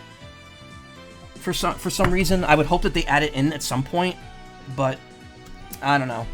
Did you stream the first game of this set? Well, that's the other thing. As of right now, I've streamed every game, every Ace Attorney game. It's over. The only Ace Attorney game I haven't streamed is the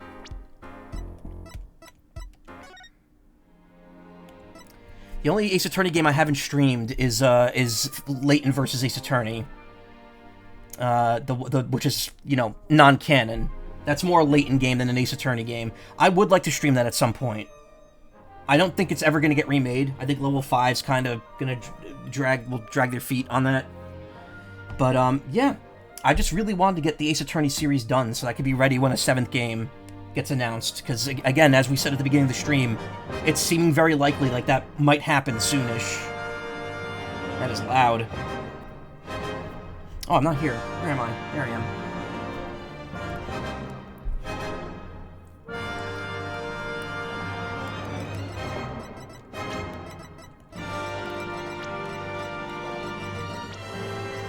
I have to go through the special soundtracks for this and the original trilogy at some point because they added that alongside the animation viewer. Oh, it's still playing. I assume they're on YouTube. What, all my playthroughs? Yeah. In fact, I have a special Ace Attorney playlist that's every game from the start of the timeline to the end of it in order.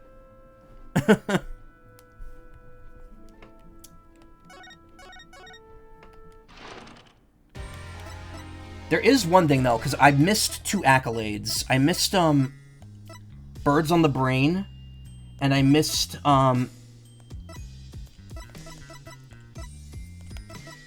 There's one that I missed in, Chapter 4 of this game, I think.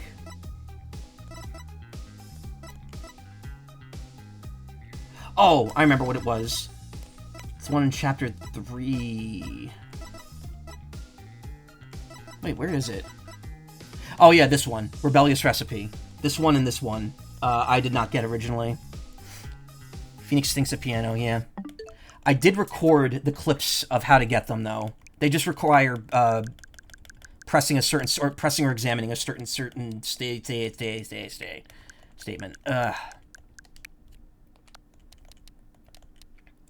Yes, this is the one I missed in Dual Destinies. Oh wow, that's so much louder.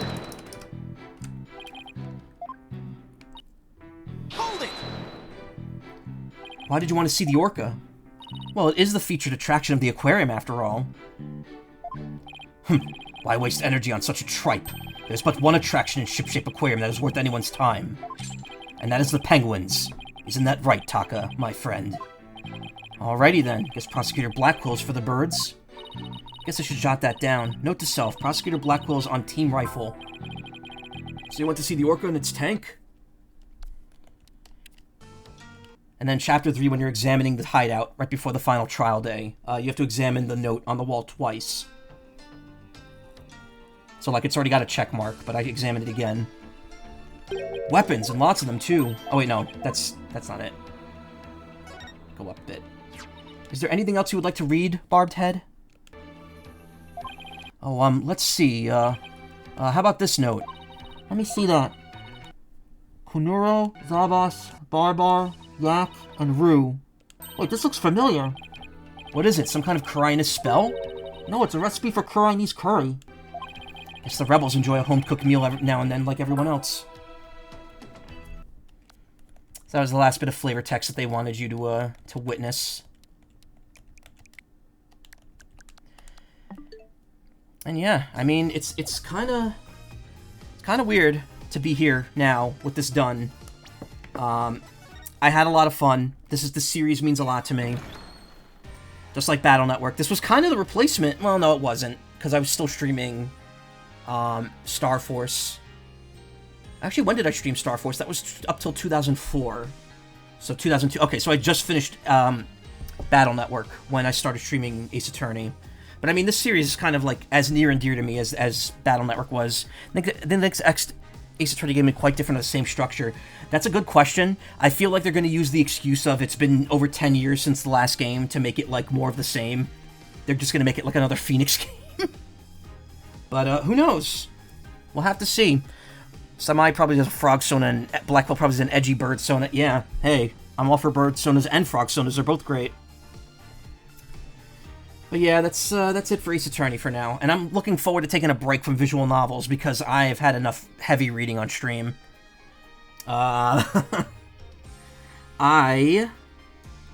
am going to be doing some other games coming up soon, actually. In fact, I know it's after 4, but I've only been streaming for 2 hours and 45 minutes. I think I have enough time to play 1 or 2 rounds of a game that I want to show off. Not Peglin, but something else. So, hold on just a second. And yeah, thank you for everything, Ace Attorney, Shu Takumi, and all the rest. Not the people at Capcom who are union busters, but, you know, whatever. But yeah, there'll be more Ace Attorney at some point.